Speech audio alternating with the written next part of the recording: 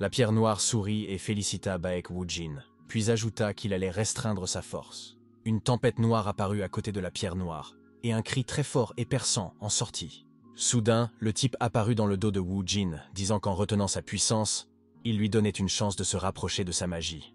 Baek parvint à réagir rapidement et à mettre son épée en ordre pour éviter l'attaque qui s'approchait. Les épées s'entrechoquèrent et de petites fissures apparurent sur l'une d'entre elles. Après quelques secondes, l'épée de Woo-jin se brisa en petits fragments. Blackstone sourit et dit que la réaction de Baek était plutôt bonne, mais que les choses étaient trop lentes. Soudain, il attaqua le personnage principal, criant que Woo-jin devait rapidement prévoir tout mouvement de son adversaire. Le poing entra en contact avec l'épée de fer. Baek tordit tous les mots que le professeur lui avait dit. Il surligna le mot « retenir ». Le corps vola à travers la pièce où les gars travaillaient. Ce n'est qu'après tant de temps que le personnage principal se rendit compte qu'il y avait un faux à côté de lui. Mais lorsqu'il s'en rendit compte, une silhouette était déjà apparue derrière lui et s'apprêtait à l'attaquer. Quelques secondes plus tard, Baek fut frappé dans le dos, ses yeux se transformant en pierre sous l'effet d'un tel coup. Le personnage principal tomba sur le sol, et à côté de lui, la poussière brûlait et l'épée sonnait fort, elle aussi tombée. Le corps de l'ennemi trembla, il serra le poing et commença à grogner un peu. Il posa ensuite sa paume sur sa poitrine et sourit joyeusement, criant haut et fort que lorsqu'il se débarrasserait du méchant, son âme deviendrait très légère. Baek, bien que difficilement, se leva et dit qu'il n'était certainement pas le méchant ici. L'adversaire porta la main à son menton et, avec un sourire en coin, posa la question de savoir si Woo-jin avait commencé à regretter. Baek, tout sale, commença à se lever, emportant l'épée avec lui. Il dit qu'il ne regrettait pas du tout et ajouta qu'une fois ne lui suffisait pas. Blackstone ne s'attendait pas à une telle réponse et se contenta de sourire entre ses dents. Baek commença à courir vers l'ennemi en disant que cette fois-ci, tout serait complètement différent. Le sol était jonché de gravats et tout était silencieux. Le personnage principal était assis sur le sol, battu et déchiré. Des bleus et des égratignures étaient visibles sur son dos. Il se tenait le cou en disant qu'il avait failli mourir. Après une courte pause, l'ennemi demanda à Baek pourquoi, à la fin de chaque attaque, il le frappait à l'arrière de la tête. En regardant sa main, le méchant a souri et a ajouté qu'il aimait simplement le son d'une bonne fessée et qu'il en était accro. Il y avait des épées autour de Baek, plantées dans le sol, et tout près, il y avait des fragments de leurs attaques. Ils ne savaient pas combien de temps s'était écoulé depuis qu'ils avaient commencé le duel. Le personnage principal continuait de regarder l'ennemi, il pensait qu'après tant d'innombrables batailles, il n'avait pu résister que 2 ou 3 fois. Woo-jin en vint à la conclusion que le méchant était en effet d'un niveau très professionnel et fantastique, qui dépassait les capacités de Baek. Le professeur leva une main et sourit, puis, avec du sarcasme dans la voix, dit qu'il était vraiment désolé, parce qu'il l'avait presque touché. Ces mots ont mis le personnage principal en colère. Il a commencé à se lever en réalisant que l'abandon dans cette situation est l'option la plus stupide, et qu'il doit tirer le meilleur parti de lui-même. Sans hésiter, Baek prit l'épée et attaqua son adversaire, le sourire aux lèvres. Il réussit à contourner le premier rayon magique de l'ennemi. Et après cela, une nuée de rayons violets apparut dans le ciel. Des pierres volèrent dans différentes directions. Le méchant sourit, regardant vers le haut où tout était en fumée. 3 grands rayons violets se précipitèrent vers l'ennemi. À ce moment, il cria la puissance de l'épée. Le professeur tenta de résister à la magie. Il a dit que les attributs de la technique de l'épée et même leur forme étaient tout simplement excellents. Mais c'en est trop pour lui. À côté du méchant, il y avait un grand nombre de rayons violets qu'il a combattus. À ce moment-là, Baek apparut juste devant le visage de son professeur. Il était sur le point de frapper et de montrer toute sa force. Hélas, il s'agissait d'une fausse silhouette et le personnage principal se retrouva une fois de plus dans l'embarras. Le méchant commença à s'évaporer, disant que jusqu'à présent toutes ses victoires avaient été obtenues grâce à la connaissance du futur, aux objets et à l'aide du système. Mais une grande partie de ce que Baek pouvait savoir s'est déjà produit, et maintenant les adversaires seront soit plus forts que lui, soit se battront en connaissant toutes les faiblesses de Woo-jin. Le professeur regarda le gars avec peu de condamnation. Le duel entre les 2 hommes fut rude, et l'ennemi expliqua à Baek qu'il ne devait pas gaspiller sa force, mais plutôt aiguiser le flux de son aura. On a crié à Baek de trouver les faiblesses de son adversaire et d'en tirer profit. Le méchant arracha l'épée des mains du protagoniste et lui cria que, comme toujours, il gaspillait trop d'aura. Il pointa l'épée vers le corps de Woo-jin et dit d'une voix sérieuse qu'à cause de son caractère faible, il ne pouvait même pas le toucher. Baek expira lourdement, la sueur coulant sur son visage. Le professeur sourit d'un air sarcastique, puis lui demanda s'il avait compris quelque chose. Le personnage principal revint sur ses pas et dit d'une voix calme que cette fois-ci, ce serait un peu différent. Il pointa l'épée sur son adversaire, sourit et dit avec fierté qu'il semblait habitué et résigné à ses attaques. Le méchant réfléchit un instant, puis porta la main à son menton et posa à Beck la question de savoir depuis combien de temps il lui faisait miroiter des promesses. Un jour, 2, une semaine ou un mois. Mais Beck était sérieux. Il n'a pas baissé l'épée, près de laquelle il y avait une aura violette. Il a fièrement informé le professeur que cette fois-ci, il était tout à fait sérieux. Le professeur fut étonné par l'aura et dit qu'elle n'était pas mauvaise du tout. Il ne comprenait pas pourquoi il y avait tant d'aura, probablement à cause du duel qu'ils avaient eu. Wu Jin se précipita toujours vers l'ennemi. Le méchant était contrarié et en colère contre l'élève, parce qu'il répétait toutes ses erreurs encore et encore. Beck se mit à tourner sur lui-même, créant une grosse tempête autour de lui. Il ne comprenait pas pourquoi il faisait un mouvement aussi inutile. Mais ce n'est pas le cas. Le personnage principal a décidé de cacher son habileté, ce qui a choqué tout le monde. L'étudiant était déjà en l'air. Il tenait avec confiance l'épée devant lui. Après quelques secondes, le méchant se rendit compte que Beck ne cachait pas ses compétences et qu'il ne s'agissait pas d'un faux. Il s'avéra que Wu Jin avait étudié son adversaire afin de devenir bien meilleur et plus réfléchi. Le méchant considérait cette action comme très bonne. Les épées des deux hommes se touchèrent. Beck était plein de rage et de confiance. Beck sourit et demanda au professeur s'il allait lui céder. Le professeur se contenta de rire un peu. Wu Jin arracha l'épée des mains du professeur et lui cria qu'il n'avait pas à avoir honte. Le personnage principal courut fièrement vers son adversaire, qu'il voulait attaquer depuis longtemps. Beck déclara que c'était tout ce qu'il espérait. La sueur dégouline lentement du visage de Buck, qui regarde droit devant lui, menaçant. Le professeur, souriant, commença à féliciter son élève, disant que cette fois-ci il n'était pas mauvais. Il ajouta aussi qu'il était un peu excité. Ces paroles n'ont pas du tout remonté le moral de Beck, qui a commencé à se mettre en colère, disant que tout cela n'avait pas d'importance puisqu'il n'avait toujours rien fait. L'élève leva la main et demanda au méchant de faire une pause. Puis il lui proposa de se mettre immédiatement au travail, mais le professeur refusa. Le méchant sourit, leva la main devant lui et dit que la dernière attaque de Wu Jin avait percé sa défense, même s'il était quelque peu hostile à l'élève. Beck se mit à pétiller de joie après que le professeur eut dit qu'il avait accompli cette mission. Le corps du jeune homme tremblait. Il ne s'attendait pas à entendre ces mots. Wu Jin se leva brusquement du sol, étendit les mains devant lui et cria qu'il avait enfin attendu ce moment. Le professeur fut choqué de le voir si heureux. Le personnage principal a demandé sarcastiquement au professeur s'il ne serait pas heureux à sa place, après tel ou tel coup. Beck mit sa main sur son cou et dit que l'arrière de sa tête était sur le point de craquer de douleur. Le méchant remarqua que l'étudiant avait encore de l'énergie, ainsi que des regrets. Le professeur proposa à Wu Jin l'idée d'un nouveau combat. Mais le personnage principal abandonna immédiatement cette idée. Wu Jin était déjà rentré chez lui et avait eu le temps de prendre une douche pour se rafraîchir après un tel combat en sueur. Quelques secondes plus tard, une fenêtre système apparut, indiquant que Beck avait reçu un titre spécial appelé « Reconnaissance du professeur ». Beck était très heureux. Il regardait ce message avec des étincelles dans les yeux et disait que ce n'était pas en vain qu'il avait fait tant d'efforts. Le professeur était indigné parce qu'il avait aussi fait beaucoup d'efforts. En éteignant la minuterie, Wu Jin ne pouvait pas croire qu'environ 2 semaines s'étaient écoulées dans le monde réel. Le méchant ajouta qu'il aurait dû garder Baek là et l'épargner pendant 1 an. Le personnage principal feint la pitié et, en agitant son doigt sur le côté, demande au professeur ce qu'il doit faire, car il ne peut plus toucher l'élève. Le professeur est furieux. Il supplie le système de lui offrir un autre tour, et cette fois, il ne va pas céder. Beck s'est rendu compte qu'en s'entraînant et en recevant des récompenses, il avait gagné des points et que ses propres capacités avaient également augmenté de manière significative. Le personnage principal sourit et dit qu'à ce rythme, il sera bientôt capable de franchir la barrière du 6e rang. C'est à ce moment-là que Young Jun-Hyuk est entré dans la pièce, effrayant le personnage à mort. Beck se mit à trembler. La peur dans la voix, il dit à Jong de ne pas l'effrayer de la sorte. Jong s'est adressé au jeune maître de la même façon, avec la peur dans la voix. Young Jun-Hyuk était très excité par quelque chose. Il a regardé d'abord le personnage principal, puis le téléphone. Baek a demandé ce qui lui était arrivé. Il a répondu qu'il y a quelques secondes, il a vu le jeune homme à la télévision. Ces mots ont frappé notre héros. Beck ne comprenait pas ce qui s'était encore passé. La silhouette du personnage principal passait à la télévision. Et sur l'écran, il était écrit que Baek Wu Jin avait détruit une guilde criminelle appelée Shemi Rank 5.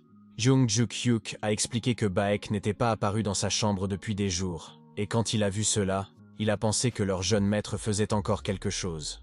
Il a ajouté qu'il était venu faire le ménage et qu'à ce moment-là, Beck a quitté la pièce. Ces mots ont surpris le personnage principal. Après une minute de pause, Zook a regardé d'abord la télévision, puis le jeune maître, et n'a pas compris pourquoi ils étaient deux. Beck a parfaitement compris que ce ne pouvait pas être lui. Le professeur l'a confirmé parce que, jusqu'à aujourd'hui, le gars s'est battu avec lui. L'assistant ouvrit les mains devant lui et posa une question à Woo-jin, surpris de savoir si les informations sur son activité des derniers jours étaient fausses. Le jeune maître repassa les mots de Zook. Il ne pouvait pas croire qu'il ne s'agissait pas de la première diffusion. Le professeur supposa qu'il pouvait s'agir d'un doppelganger, ou du moins qu'une telle possibilité existait. Beck a réfuté cette option. Il a dit que pour un mimétisme à long terme, le doppelganger a besoin de manger le corps original de la victime. Mais avec un simple déguisement ou une transformation, il est tout simplement impossible de copier aussi bien les techniques de Beck. Le personnage principal demande à Young Jun-hyuk s'il sait ce qu'il fait depuis plusieurs jours. Il acquiesce et ajoute qu'il note tout. Le jeune maître demanda de lui apporter ses notes pour qu'il puisse les lire. Jong, sans hésiter, courut les chercher.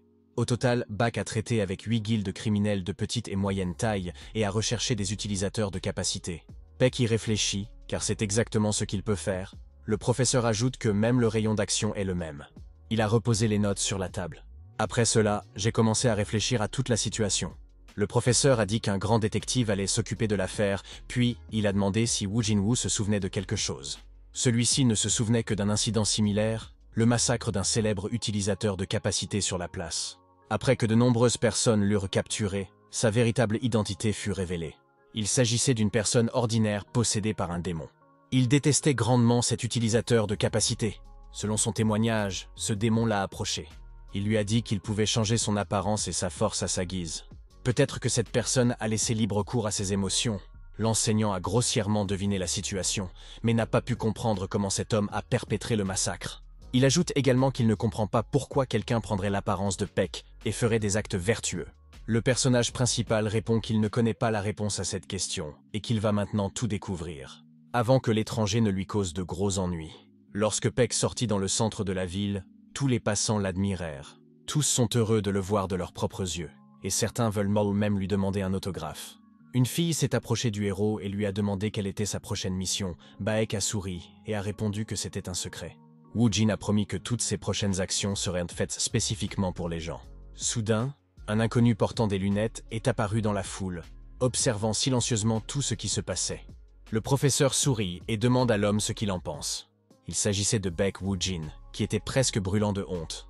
Beck, ajustant ses lunettes, dit qu'il n'avait jamais dit des choses aussi ridicules que ce type, ce à quoi le professeur répondit qu'il fallait enregistrer l'homme sur un dictaphone.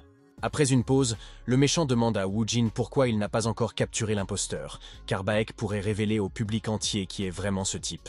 Le héros répond que ce n'est pas le moment, parce qu'il ne sent pas du tout l'énergie noire, et qu'il doit attendre le moment où elle dévore complètement le corps et le quitte. Woo-jin ajoute que le faux fait le travail pour lui, et que s'il le laisse, il continuera probablement à détruire des criminels. L'homme croise pathétiquement les mains et dit qu'attraper des criminels et tuer des démons est une douce chance de chasse automatique. Il veut faire d'une pierre deux coups.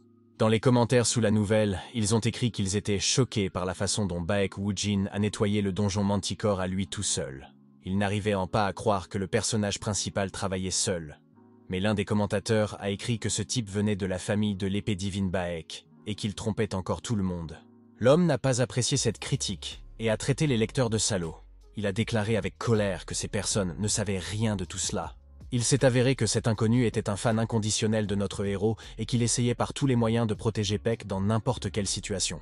Le plus jeune enfant sans talent de la famille Beck s'épanouit soudainement et devient une supernova imposante. Il avance sans entrave vers son but, et il y a une chaleur en lui, contrairement aux autres membres de l'épée divine Beck. L'étranger souhaitait passionnément et ardemment devenir Woo-jin, au moins le temps d'une journée. N'ayant rien fait du tout, le fan s'est retiré en tant qu'utilisateur de rang 1. Des photos du personnage principal étaient accrochées partout sur le mur de cet homme, car Beck était pour lui une idole avec un I majuscule. L'homme a appuyé sur la touche de manière menaçante et a qualifié les commentateurs d'inutiles. Après tout, ce sont eux qui ont osé défier le principal fan Beck Woo-jin, qui sait tout de lui. Se levant de sa chaise, l'inconnu expira et déclara que la victoire était facile. Ce fan dévoué s'apprêtait à ajouter quelques boulettes à son ramen quand soudain, une silhouette apparut derrière lui et attira son attention. Des yeux verts brillants apparurent dans l'obscurité et un lourd soupir se fit entendre. Cette entité effraya à mort l'admirateur de Woo-jin. L'inconnu tendit ses bras verts et massifs et dit qu'il avait trouvé un homme à la soif d'admiration inextinguible. Devant lui se tenait un démon, lui aussi du plus haut rang. L'homme ne comprenait pas d'où venait le scélérat. Une aura verte du démon commença à apparaître dans la pièce, ainsi que des vagues fugaces de noirceur. Il commença à s'approcher lentement et avec confiance de l'éventail lumineux Baek. Se léchant les lèvres, le démon affirma que l'homme était parfait pour lui et que c'était très bien. L'aura commença à s'intensifier et l'ennemi devint de plus en plus furieux, affirmant que l'étranger ne devait pas avoir peur de lui. Une énorme main griffue se tendit vers l'admirateur. Le méchant ajouta qu'il finirait par le remercier d'avoir réalisé son vœu. Le fan s'est retrouvé au sol, se tenant la tête et disant qu'il avait mal au cou. Il ne comprend pas ce qui vient de se passer et titube dans plusieurs directions à la recherche du démon. L'homme n'y vit qu'un cauchemar, ajoutant à tout cela qu'une mauvaise alimentation ne mène à rien de bon. Ce n'est qu'en passant devant le miroir qu'il se rendit compte que son apparence avait changé. C'était trop inattendu, si bien que le fan a reculé de peur et est tombé sur le sol. En se regardant dans le miroir, il n'arrivait pas à croire qu'il était devenu Baek Woo-jin. Tirant sa peau dans différentes directions, il n'arrivait pas à comprendre ce qui lui arrivait. Se regardant de tous les côtés, il ne trouvait pas de réponse adéquate à sa question. L'étranger voulait espérer qu'il s'agissait d'un rêve ordinaire et que le visage qu'il avait vu à maintes reprises dans les journaux et à la télévision était faux. L'homme ne comprenait pas comment il avait pu devenir Baek Woo-jin. Soudain, une aura violette apparut autour de lui. Il n'arrivait pas à comprendre quel genre de pouvoir se cachait en lui. La voix de la raison lui hurlait d'agir. Le démon qui possédait le corps du jeune fan lui commandait. Il le contrôlait avec des fils rouges et lui disait d'aller faire ce que Baek Woo-jin faisait. Ces mots déconcertèrent l'étranger, qui n'était qu'un simple fan du personnage principal. Le jeune maître a reçu un appel de Moon Joo-young. Il lui dit qu'il lui a transmis toutes les informations, ainsi que l'adresse qu'on lui a donnée avec tous les ordres. L'homme a demandé à Joo s'il était soupçonné, et il a répondu qu'il ne l'était pas du tout. Le partenaire a souligné que le faux Baek se comportait de manière très naturelle, et qu'il l'avait même presque confondu avec le vrai Woo-jin. Il a répondu qu'il est fort probable que sa conscience de soi se soit considérablement affaiblie et qu'il en soit déjà au point de croire pleinement qu'il est le vrai Baek Woo-jin. Le jeune maître avertit Moon Joo-young qu'un démon va bientôt apparaître et lui demande comment quelqu'un a pu oser se faire passer pour Baek Woo-jin. Moon Joo-young est furieuse de ce qui s'est passé et est prête à tuer le faux. Mais le vrai Baek dit avec enthousiasme qu'il n'y a pas lieu de le faire. Baek Woo-jin, se précipitant d'un côté à l'autre, lui dit d'attendre et que lorsque tout cela sera terminé, il dira certainement tout. Joo accepte et dit qu'il attendra les prochaines instructions. Un professeur apparut par derrière et posa une question sur ce que le monsieur lui avait transmis. Il répondit qu'il s'agissait de l'adresse de la branche coréenne d'une grande organisation criminelle.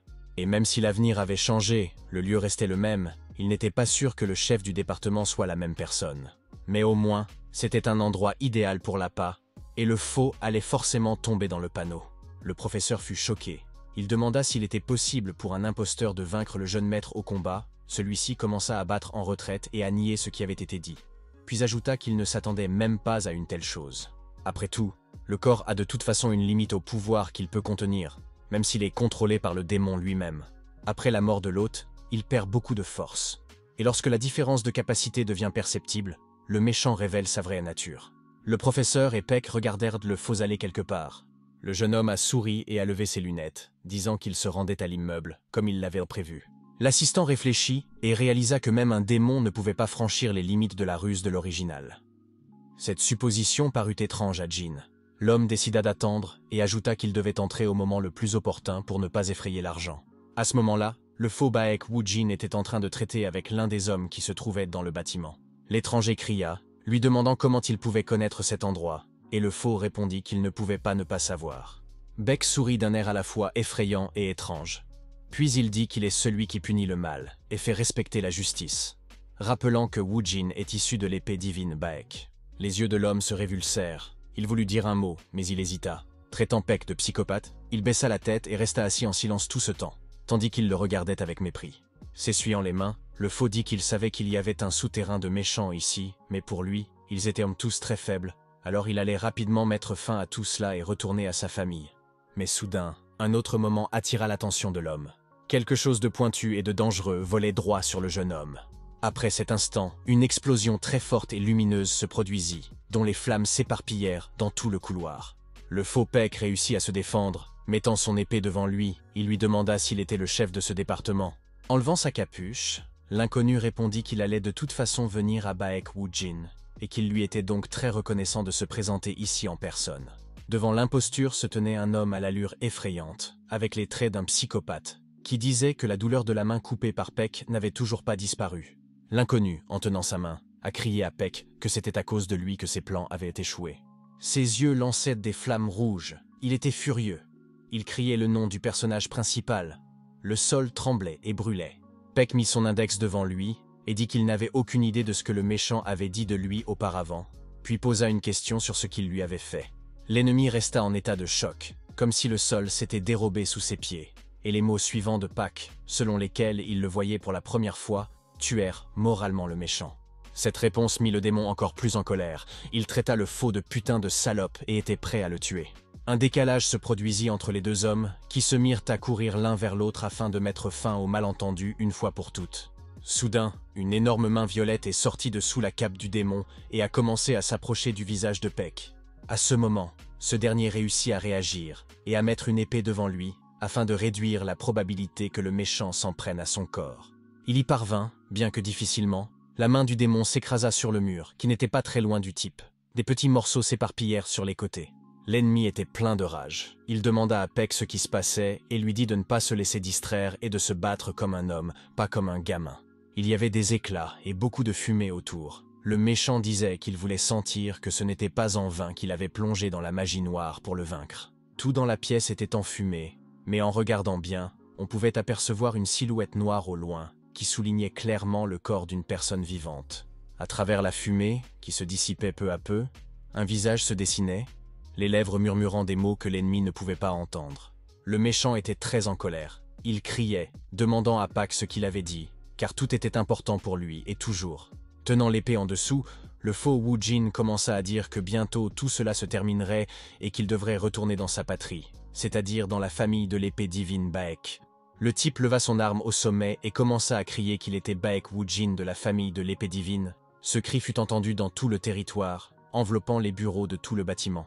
Le démon plissa les yeux et, au bout d'un moment, commença à se douter que quelque chose n'allait pas avec Peck. Il était troublé soit par le comportement du type, soit par ce qu'il disait. Il remarqua que les yeux de Wu Jin se fixèrent sur un point, tenant ses mains avec une épée devant lui. Puis il se rendit compte que ce type était obsédé par quelque chose ou quelqu'un, et que ce comportement n'était pas juste comme ça. Continuant à regarder un point, Peck dit qu'il pourrait retourner quelque part, mais seulement quand tout cela sera terminé. Soudain, Wu Jin décida d'utiliser l'astuce de l'impérial noir et, à l'aide de la magie, une longue vague violette apparut en contrebas et s'approcha de l'ennemi. Le démon tenta d'arrêter l'attaque du type, mais il y parvint difficilement. Une vague de magie lui attaqua le torse. Serrant les dents, le vilain tenta d'endurer la douleur qu'il recevait suite à un coup fort et tranchant sur son corps. Deux puissantes magies s'affrontaient à proximité.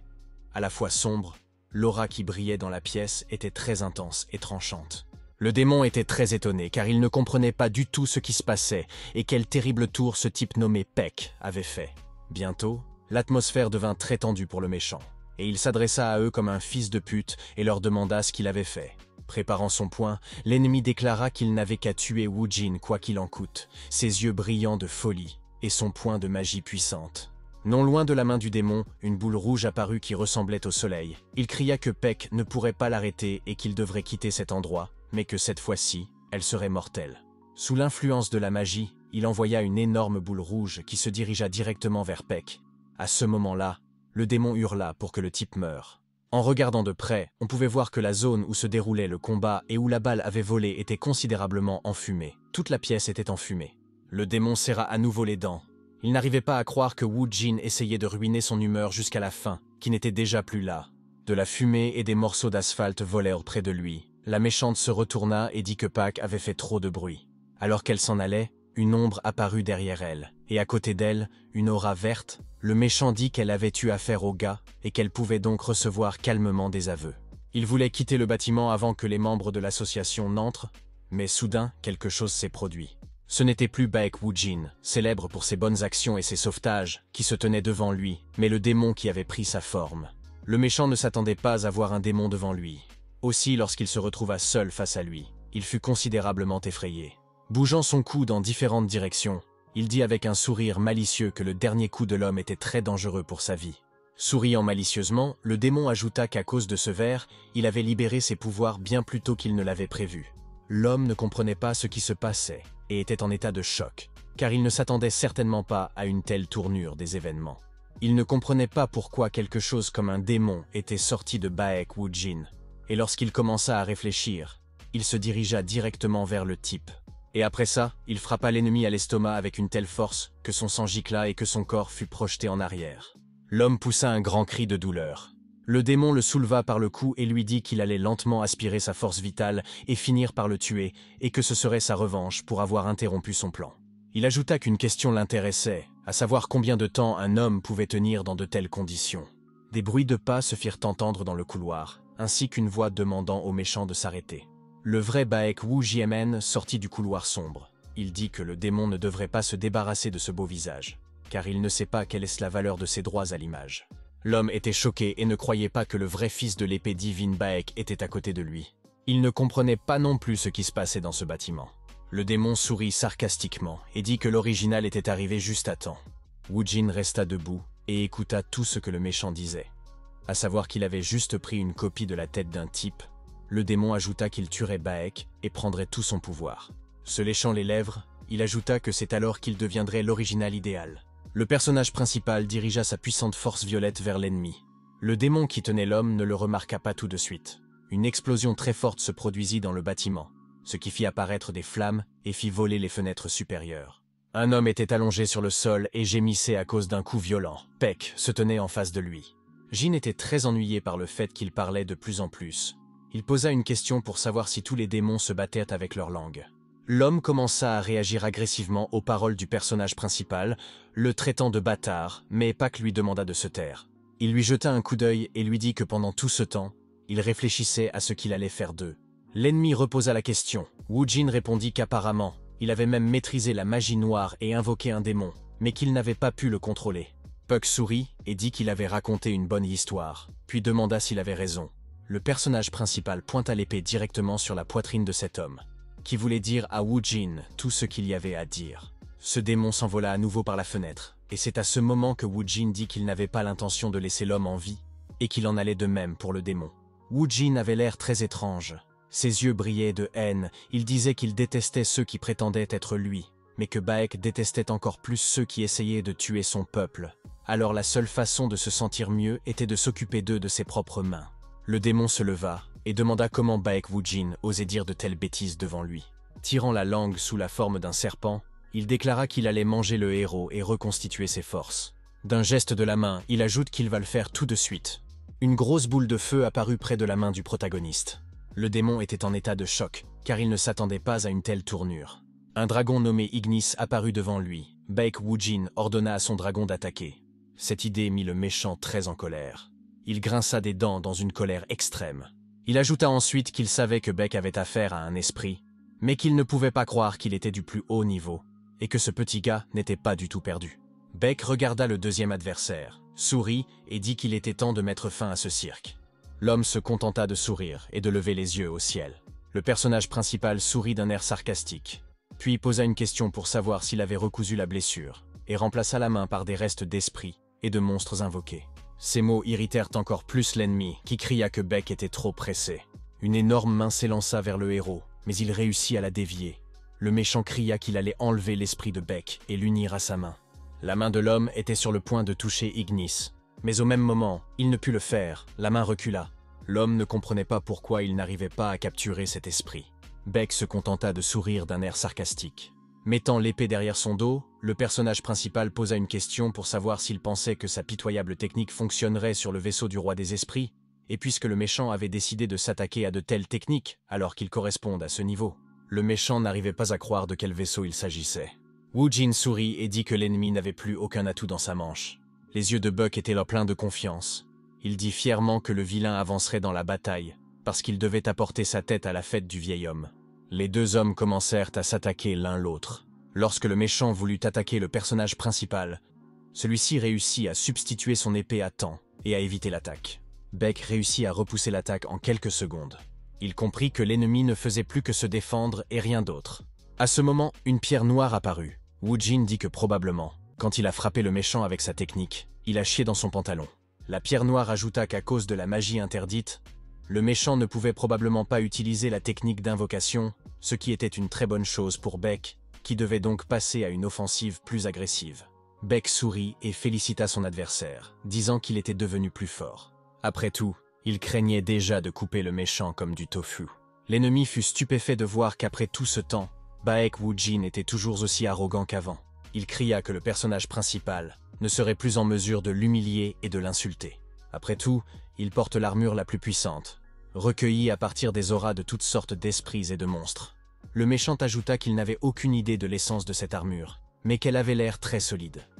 Beck prit en compte le fait qu'il s'agissait d'une aura solide, proche du rang 7, et qu'il était fort probable que l'ennemi concentre toutes ses forces sur la défense. Soudain, le personnage principal commença à être tourmenté par des doutes quant à sa capacité à percer cette défense. Au même moment, la pierre noire apparut. Elle soutenait Woojin, disant que peu importe la force de l'armure, elle devait toujours avoir un point faible. Si Beck pouvait rassembler ses pensées et aiguiser toute l'énergie de son épée ainsi que l'aura elle-même, alors dans tous les cas, il serait capable de couper des armures d'absolument toutes les complexités. Woojin expira lourdement et déclara qu'en tout état de cause, il devait essayer. Shin Chang-hun se mit à courir vers le personnage principal, en disant qu'il allait lui écraser la tête. Beck en conclut que la caisse devait se trouver le plus petit espace pour résoudre ce problème. Il commença à faire tourner l'épée près de lui. D'un mouvement rapide et avec un couteau très aiguisé, il se déplaça d'un côté à l'autre, là où la ligne violette apparaissait. L'ennemi ouvrit la bouche de surprise, car il ne comprenait pas du tout ce qui venait de lui arriver. L'armure commençait à s'effriter. Il ne comprenait pas comment Woojin avait pu le vaincre aussi rapidement et sans ralentir.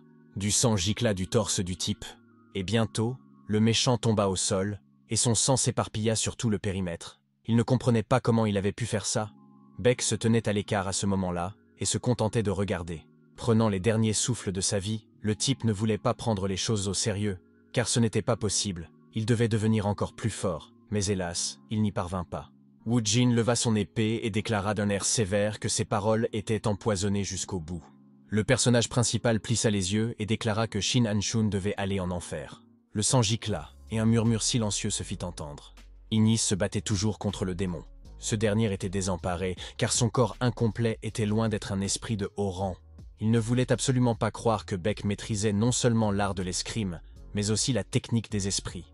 En serrant les dents, le démon commença à se dire que tout n'était pas perdu car il n'était pas encore en pleine forme, mais tout de même, les chances de vaincre Beck étaient très faibles.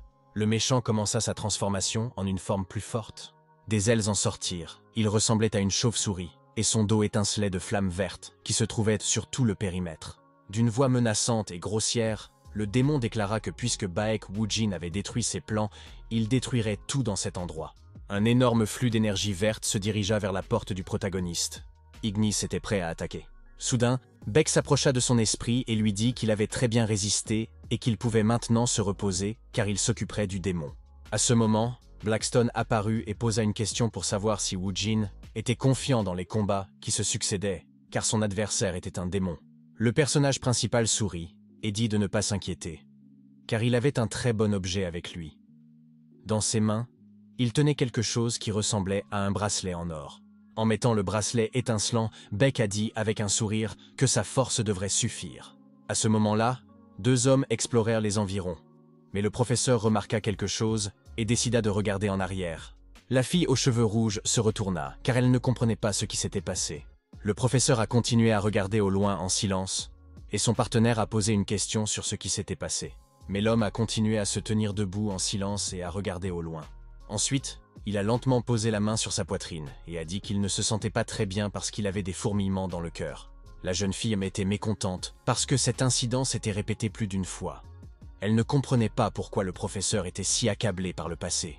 Mais après quelques minutes, elle sourit et dit qu'ils avaient parcouru un long chemin et que si l'occasion se présentait, ils devraient commencer à penser au meilleur dès maintenant. Madame a gloussé, puis elle a décidé de plaisanter un peu en disant qu'elle avait peur de devenir la même chose pour le directeur que pour le professeur, qu'il était perdu et qu'il a redemandé à sa partenaire, qui a seulement prétendu qu'elle n'avait rien entendu. Le professeur la traita d'impoli et commença à affirmer qu'il avait beaucoup d'énergie. La fille acquiesça en souriant, disant qu'il serait très bien qu'il utilise sa force pour faire un pas en avant. Après tout, il y a une très longue route à parcourir. Il y a eu un conflit très fort entre ces deux-là, qui décide maintenant du rôle de chacun d'entre eux. Beck se couvrit le nez et la bouche avec sa main. car l'énergie démoniaque de ce démon était bien plus forte qu'il ne l'aurait imaginé. Le démon était en colère, car le personnage principal a vu sa forme un peu plus tôt que prévu, il s'est également présenté, il s'appelait Bridge. Il expliqua que dans quelques secondes, il avalerait Baek Woojin et se transformerait en un démon de haut rang. Le personnage principal n'était pas du tout effrayé. Il disait qu'il ne se souciait pas du tout de tous ces mots. Après tout, Baek n'est pas intéressé par le fait de connaître le nom de quelqu'un qui va mourir sous ses yeux. Ces paroles ont beaucoup irrité Bridge, qui a traité son adversaire d'impudent et a ajouté qu'il lui apprendrait les bonnes manières. Bridge pointa des flèches de magie verte sur le personnage principal, puis ajouta qu'il verrait bien comment il s'en sortirait. Sans perdre une seule seconde, le gars se baissa immédiatement pour que les flèches ne touchent pas son corps. Ensuite, il donna un grand coup d'épée et fit un léger mouvement, et commença à repousser l'attaque. Ses mouvements étaient vifs et assez rapides, et ses coups précis et tranchants. Woojin fit de son mieux pour protéger son corps et gagner du temps. Il serra les dents, puis se dit avec haine que les attaques de l'ennemi étaient effectivement devenues plus puissantes qu'auparavant. À ce moment, la pierre noire apparut. Elle dit que Baek devait attaquer car s'il ne le faisait pas, le pont aurait l'avantage. Le professeur était en colère. Il posa agressivement la question de savoir si Woojin avait oublié les techniques qu'il lui avait enseignées. Baek répondit que Blackstone n'avait fait que le battre pendant toute la séance d'entraînement, et qu'il ne considérait donc pas cela comme un entraînement.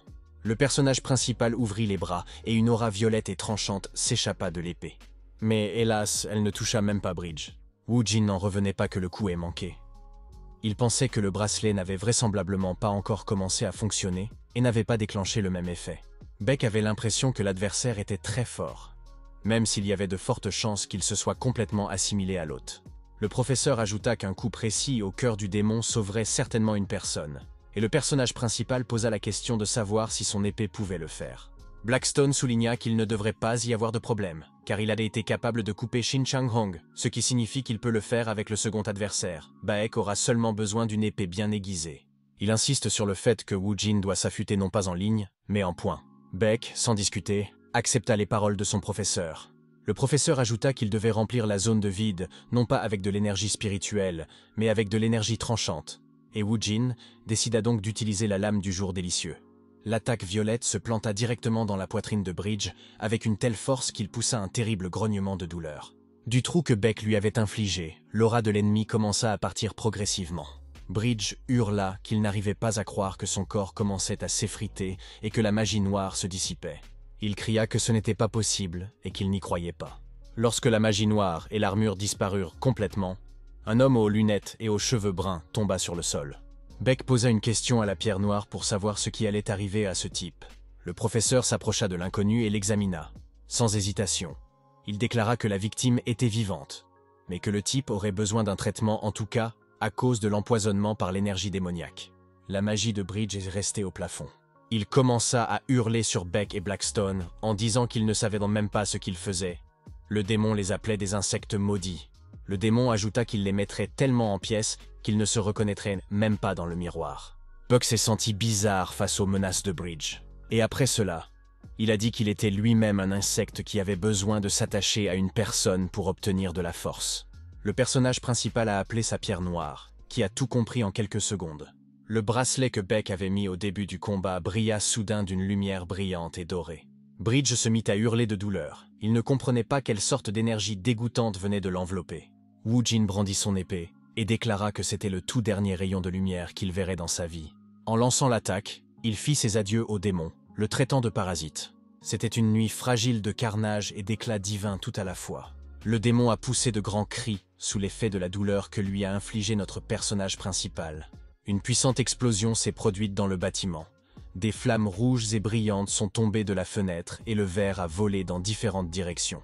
Les événements se sont déplacés du bâtiment vers l'hôpital. Un homme à lunettes, se frottant les yeux, demande où il se trouve et comment il est arrivé ici. Baek Woojin l'accueille avec un sourire, ce qui surprend l'homme. Le personnage principal dit qu'il est très heureux que tout aille bien pour le patient et qu'il se soit rétabli un peu plus vite que prévu. D'une voix effrayée, le patient demanda ce que Baek Woojin faisait ici. Il répondit qu'il attendait qu'il redevienne normal, car il était possédé par un démon qui avait été invoqué par une organisation criminelle. Le patient regarda ses mains et fut très effrayé. Il ne pouvait pas croire que tout cela n'était qu'un rêve, et le personnage principal resta bouche bée. Baek Woojin sourit et dit que l'étranger était encore en état de choc, qu'il devait se reposer et se rétablir rapidement. Le personnage principal ajouta qu'il était temps pour lui de partir, car il s'était déjà assuré que la victime allait bien et qu'il pouvait partir. Mais le patient lui tendit la main et lui demanda d'arrêter. La sueur coule lentement du cou de Buck, qui n'arrive pas à croire que son excuse est trop évidente. Le patient, le téléphone à la main, demande en larmes à Woo-jin de prendre au moins une photo avec lui, puisqu'il est son plus grand fan. Les deux hommes ont pris cette photo très cher. Les nouvelles du jour ont été entendues dans la salle. Baek Woo-jin est sur les lieux en ce moment. Ils sont informés que l'un de ses membres nommé Shin Jong-hoon a été attrapé. Il avait été déclaré criminel particulièrement dangereux, et au cours de l'affaire, des traces de magie démoniaque ont été révélées. Il semblerait que le détenu ait perdu le contrôle du démon précédemment invoqué. Non loin de la table, il y avait une fille nommée Gray, et l'homme qui était assis à la table s'appelait Baek Chong-hwa, et ils regardèrent les nouvelles. Cheon se sentait très honteux, car il ne s'attendait pas à ce que cet incident fasse autant de bruit. Gray décida de soutenir son camarade, disant qu'il n'y avait rien de honteux à cela, et qu'à partir de ce jour, elle serait beaucoup plus attentive à ce genre de choses. Mais Baek Chong-hwa lui dit d'oublier cela, car il n'avait toujours pas d'espoir pour le démon passé. Il posa ensuite une question à la jeune fille pour savoir si tout cela lui paraissait étrange, puis ajouta que même si Baek Woo-jin était stupide, ce n'était pas du tout son genre d'invoquer un démon qu'il ne pouvait pas contrôler. Cheon le traita d'habile menteur. Cette expression surprit Gray. Elle lui posa donc à nouveau la question. Pointant ses doigts vers sa tête, il répondit qu'il parlait de Baek Woo-jin, parce qu'il était déjà un héros très rusé et imprévisible. S'appuyant sur sa chaise, Cheon ajouta qu'en raison de son emploi du temps chargé, il avait complètement cessé de s'intéresser à son pays. Il ajouta qu'il ne pouvait pas laisser sa place vide sans rien faire. Il confie donc l'affaire concernant Baek Woo-jin à sa partenaire Gray. Gray n'en croit pas ses oreilles et demande à nouveau. Baek Chong-hwa dit que tout cela est très sérieux et qu'il veut que la jeune fille s'aère l'esprit. Tirant la langue et fermant un œil, Gray dit à l'homme de ne pas en douter, puisqu'il était assuré d'être satisfait d'elle. La jeune fille s'éloigna lentement, laissant derrière elle une ombre noire et rouge. Baek Chong-hwa sourit sarcastiquement et ajouta qu'il espérait et croyait en ses paroles. Le méchant voulait savoir si le monstre qu'il avait élevé lui ressemblait. Ce désir laissait présager de nombreux problèmes et pertes.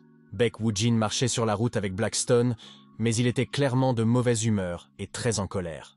Le personnage principal se demandait combien de temps le professeur resterait en colère. Il cria que dans cette situation, il n'y avait aucun moyen de l'éviter.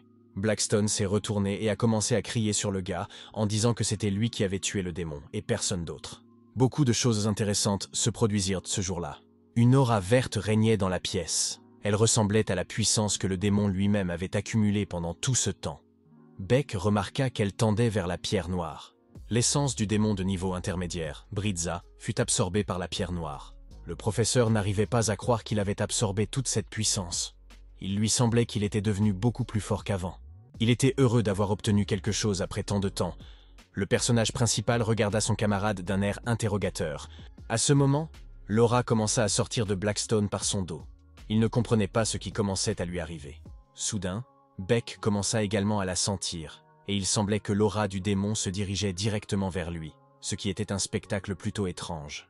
Blackstone grimaça et dit que cela semblait assez dangereux, puisqu'il était un esprit, et que Woo-jin était un humain, et que le pouvoir d'un démon l'atteignait en ce moment même.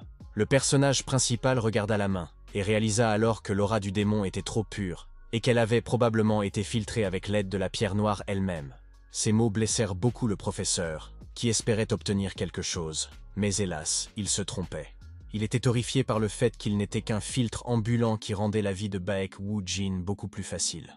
Blackstone commença à s'énerver contre le système, disant qu'il ne voulait pas être une blague et ainsi de suite, tandis que Baek fixait intensément la fenêtre du système. Il y avait 3 paragraphes, le premier étant l'énergie démoniaque purifiée absorbée avec succès, le deuxième l'augmentation du mana et le troisième l'augmentation des capacités mentales. À ce moment, une colonne de conseil apparut, qui disait qu'en restant calme, comme un lac calme, il réduirait significativement la dépense d'énergie mentale lors de l'utilisation d'autres compétences. La main de Woo-jin se tendit immédiatement vers la fenêtre du système. Ses yeux s'écarquillèrent plusieurs fois, et il dit d'une voix calme que c'était tout simplement incroyable. Il sourit d'un air sarcastique et posa une question à Blackstone pour savoir comment il l'aimerait. Puis, il se mit à jurer très fort. Blackstone a commencé à paniquer de colère et à dire qu'il était traité comme un filtre inutile, ce qui l'a beaucoup contrarié. Baek Woo-jin a décidé de soutenir son camarade en disant que de toute façon, lui aussi était devenu plus fort, mais Blackstone lui a demandé de se taire. À ce moment, 2 fenêtres système apparurent. Dans l'une d'elles, il était écrit que dans les situations d'urgence, les capacités d'escrime étaient appliquées automatiquement et qu'une nouvelle voie d'épée était ouverte. La seconde fenêtre système indiquait que l'épée exacte avait été déverrouillée. Blackstone enfonça son doigt dans la joue de l'élève et lui demanda agressivement pourquoi il n'avait pas tout révélé en même temps. Parce que toutes les compétences apparaissèrent dans le but de prendre le contrôle de ce foutu monde. Jin sourit et dit que plus il deviendra fort, plus il aura de chances de déverrouiller les souvenirs de son professeur. Il demanda à la pierre noire de voir les choses d'un œil un peu plus joyeux, ces mots l'ayant mis très en colère et enragé. Mais reprenant courage, il expira et commença à reprendre ses esprits. Les 2 hommes se dirigèrent vers le bâtiment. Blackstone expliqua à Beck qu'il avait été inconscient pendant plusieurs jours, et qu'il était donc étrange pour lui qu'il reprenne si soudainement l'art de l'épée. Blackstone ajouta que Woojin était complètement nouveau dans cette activité, et après cela, il lui posa une question sur la raison pour laquelle il voulait étudier l'épée perforante. Beck répondit que cette technique permettait de couper l'énergie de l'épée de l'ennemi, ainsi que son aura, c'est plus une technique défensive qu'une technique d'attaque. Il a ajouté qu'il l'avait remarqué lors de son combat contre Shin Chang-hun, ainsi que contre Breeze. En effet, bloquer les attaques ennemies avec une aura n'a pratiquement aucun effet. Le personnage principal pensait qu'en coupant les attaques ennemies avec la lame de l'épée, il aurait plus d'occasion d'économiser du mana. Blackstone se contenta de sourire d'un air sarcastique après avoir entendu ce qu'il venait d'entendre. Il ajouta qu'il féliciterait volontiers Woojin pour son ingéniosité et sa débrouillardise, mais qu'il n'était pas d'humeur à le faire pour l'instant. Les gars retournaient déjà dans leur chambre. Baek Woojin résuma qu'ils avaient fait du bon travail et suggéra donc à Blackstone de regarder un épisode ou 2 de leur série préférée. Soudain, un assistant arrive en courant de l'arrière du couloir avec des documents dans les mains. Jin et le professeur n'étaient pas contents, car ils allaient se détendre et regarder des séries télévisées. Le personnage principal a posé une question sur ce qui s'était passé, mais, à bout de souffle, il n'arrivait pas à formuler quelques mots. Après quelques secondes, ce type a sorti sa paume et a dit que le chef de famille s'était tourné vers Beck. Il pensait que son père l'avait appelé, mais ce n'était pas le cas. Le chef de famille a remis à Baek Woojin un document dans une enveloppe sombre. Woojin ne s'attendait pas à cela, car il pensait que son père l'appellerait pour des missions plus difficiles. Le document indiquait que Beck devait vaincre le boss lézard, qui se trouvait dans le donjon et avait le 6e niveau. Le personnage principal commença à avoir des doutes, car il ne comprenait pas pourquoi son père ne lui confiait pas personnellement cette tâche, car la mission était terriblement simple. Soudain, le personnage a remarqué quelque chose qui l'a horrifié. Il expira et dit que tout était clair maintenant. L'assistant qui se trouvait à proximité était tout aussi intéressé par ce que Beck voyait là. Plissant les sourcils, Baek Woojin déclara qu'il ne s'agissait pas d'une simple expédition, mais d'un véritable jeu de la faim, des plus dangereux. Une nouvelle silhouette est apparue non loin des gars. Beck a dit que cette tâche n'était confiée qu'à lui. La fille se dirigea directement vers les gars. Elle fut surprise de voir que tout le monde était déjà rassemblé. Le personnage principal était sur ses gardes et disait d'une voix calme qu'il n'y avait aucun signe de lui.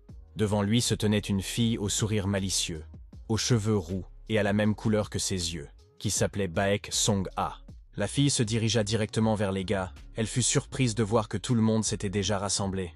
Le personnage principal était sur ses gardes et disait d'une voix calme qu'il n'y avait aucun signe de lui. Devant lui se tenait une fille au sourire malicieux, aux cheveux roux et aux yeux de la même couleur, qui s'appelait Baek Song-ha. Une énergie terriblement forte émanait de la jeune fille. Des flammes rouges enveloppaient le corps de Baek Song-ha. Le personnage principal commençait à douter qu'elle soit du 6e rang, ou plutôt du 7e. Blackstone souligne que le rêve a parcouru un très long chemin, puisqu'une puissance incroyable émane de lui. La jeune fille souligna que Baek Woojin n'est pas un faible, comme il l'était il y a quelques années. Et il y eut un moment de silence entre eux. L'assistant pencha la tête vers le bas, et le personnage principal, avec de l'agressivité dans la voix, posa une question sur ce que la fille avait oublié ici. Baek Song-ha sourit d'un air sarcastique et répondit qu'absolument tout était écrit dans la lettre de façon claire et nette. Il s'agissait d'une mission d'élimination. Woojin décida de poser une question sur ce qui l'avait poussé à prendre un chemin aussi long et difficile dans sa vie. La fille sourit et dit que tout est simple. Elle est ici pour offrir à Baek Woojin quelque chose de très inhabituel et de très intéressant. Le héros la questionna à nouveau. Elle suggère à Woojin d'accomplir cette mission, mais de n'utiliser que l'habileté de l'épée elle-même. Ces mots choquent notre protagoniste. Faisant un signe de la main, Baek Song-ha dit qu'il n'avait pas d'autre choix et que c'était la dernière tâche des gars. Ils se battront pour la dernière fois en tant que membres de la famille Baek, en utilisant uniquement les techniques de l'épée, et c'est tout. Jin n'aime pas du tout cette idée, Il dit que la fille regarde les dramas et considère cette action comme terriblement absurde. Song-ah lui a dit de penser comme il voulait, mais elle a décidé de tout terminer sur une bonne note. Le personnage principal a immédiatement compris que sa sœur jouait, bien qu'elle n'ait pas vraiment réussi.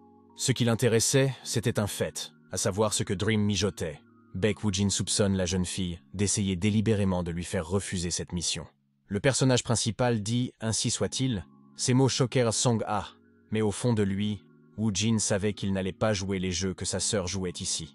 Il lui posa la question de savoir si Song-ah voulait gagner en ajustant simplement tout à sa convenance, et ajouta immédiatement qu'elle devait continuer à en rêver, car il pouvait faire face à elle-même sans esprit. C'est leur dernier combat, et il fera comme s'il n'avait pas entendu tout ce que la jeune fille a dit il y a quelques secondes. Woo-jin posa une question sur la raison pour laquelle elle n'utilise pas tout ce qu'elle a. Baek Song-ah était furieuse des remarques de son frère, se mordant les lèvres pour retenir toute sa colère. Grimaçant, elle traita Woo-jin de bâtard arrogant. Quittant les hommes, la jeune fille se retourna et déclara qu'elle ferait absolument tout pour que Baek Woo-jin regrette d'avoir dit toutes ces mauvaises choses à son égard. Le personnage principal regarde sa grande sœur partir lentement et silencieusement. Tournant la tête, Jin dit que tout cela était très étrange et suspect. Blackstone ne comprit pas ce que c'était exactement et reposa la question. Il répondit qu'il lui semblait que Baek Sun-ah n'était pas du tout en colère contre lui au dernier moment. Il lui semblait qu'il y avait quelque chose d'autre que la famille Baek et que quelqu'un se tenait probablement derrière. Blackstone lui demanda comment il agirait dans cette situation, puisqu'il ne savait même pas de qui il pouvait s'agir, et Jin répondit qu'il se laisserait guider par l'évolution de ses affaires. Souriant et regardant au loin, Baek Woo-jin dit qu'à n'importe quel prix, ils doivent gagner. Baek Song-ah se rendit dans son bureau, s'assit sur la chaise et appela quelqu'un. Au bout du fil, on lui dit qu'on ne s'attendait pas à ce que la fille appelle si tôt. La jeune fille décide de ne pas tergiverser et d'aller droit au but en disant qu'elle peut vaincre Baek Woo-jin. Mais l'étranger l'interrompt et dit qu'il a un meilleur plan. L'étranger a dit qu'il enverrait quelque chose de très spécial pour Song-ah et qu'avec son aide, vous pourriez facilement vaincre même le démon le plus puissant. L'objet a été conçu spécialement pour cette occasion. La jeune fille devra donc l'utiliser au maximum. Baek Song était tourmenté par une question. Pourquoi la personne de l'autre côté du tube l'aidait-elle? L'homme, souriant d'un air sarcastique, répondit qu'il n'y avait rien de suspect à cela et qu'il n'aidait que par bonté d'âme. L'étranger a ajouté que l'objet avait probablement déjà été livré et qu'il se trouvait dans une boîte blanche sur la table de la jeune fille. La jeune fille était dans l'incompréhension, car elle ne comprenait pas comment son partenaire avait pu faire cela. À l'intérieur de la boîte blanche se trouvait une boule orange qui étincelait dans toutes les directions. Il s'agissait d'une tablette d'or qui donnerait de la force à Baek Song-ah et renforcerait son aura, l'étranger ayant ajouté qu'elle pouvait manger ce miracle à l'avance. Mais dans la boîte, en plus de la tablette d'or, il y en avait une autre. La fille posa une question sur la deuxième tablette. L'étranger a expliqué que la pilule noire a un effet à court terme et qu'en la mangeant, les capacités de Baek Song-ah augmentent plusieurs fois. Cet effet dure 10 minutes, après quoi la jeune fille ne doit pas utiliser son mana pendant 3 jours. Et si la fille ne l'écoute pas et utilise son mana à l'avance, elle perdra à jamais ses capacités magiques. Ces mots transpercèrent le cœur de Baek Song-ah. Après quelques secondes, la jeune fille plissa les yeux et déclara que 10 minutes lui suffiraient. Son partenaire lui a souhaité bonne chance. Mais au fond de lui, il a dit que Song-ah avait un caractère extrêmement mauvais et méchant. La jeune fille comprit qu'il ne lui souhaitait pas bonne chance du fond du cœur, mais qu'il se moquait tout simplement d'elle. Un cri retentit dans le bureau. Song-ah était furieuse et hurlait que dès qu'elle aurait réussi à se débarrasser de Baek Woo-jin, cet étranger deviendrait sa prochaine proie. C'était le jour où la bataille serait la dernière pour l'un des membres de la famille Baek. Il y avait des gens autour et un endroit clôturé avec un portail. Les deux hommes entamèrent une conversation. Celui de droite sourit et dit que la tension dans la famille Baek avait atteint son paroxysme. Il répondit qu'il ne s'agissait pas d'un simple combat et qu'il s'agirait probablement d'une question de vie ou de mort. Il était intéressé à savoir ce qui se passait dans leur famille. Soudain, l'un des hommes pointa son doigt vers l'avant et cria haut et fort que les gars arrivaient et que Baek Woo-jin était là. Les gens autour chuchotaient. Ils disaient que le personnage principal était tout simplement incroyable, car en quelques années seulement, il avait pu atteindre de tels sommets. Il leur semblait que Baek avait vraiment dépassé le 7e rang. Après tout, à son rythme, c'est tout à fait réaliste et possible, comme l'a dit l'un des passants. L'assistant s'approcha en souriant, disant que Baek Woo-jin devenait de plus en plus célèbre, mais il nia et dit que ce n'était qu'un mot très fort. Mais le gars a commencé à sourire encore plus et à dire que le nom du héros peut être entendu dans tous les coins de la capitale. Il s'assit à genoux et commença à prier, disant que son instinct ne le laissait jamais tomber, et que très bientôt, absolument tout le monde sur cette planète connaîtra Baek Woojin. Les gars se regardèrent timidement, et après cela, la pierre noire dit qu'il était complètement parti. La pierre noire demanda d'arrêter l'assistant avant qu'il ne commence à le vénérer. Jin répondit qu'il s'occuperait de lui dès qu'il aurait terminé tout ce qu'il y avait à faire ici. La foule a commencé à crier que Baek Song-ha arrivait. Les gars se sont retournés avec des visages mécontents. La même Baek Song-ha était en train de marcher et se lissait simplement les cheveux. La foule s'est déchaînée. Certains ont dit qu'ils étaient très nerveux et qu'il devenait de plus en plus difficile de respirer à ce stade, tandis que d'autres ont lancé des spéculations sur la personne qui avait le plus de chances de gagner. De nombreux passants votèrent pour Baek Song-ha, car elle était la seule à avoir affronté plusieurs donjons. Mais Baek Woojin n'était pas si simple, car il était le seul à avoir affronté de nombreux démons.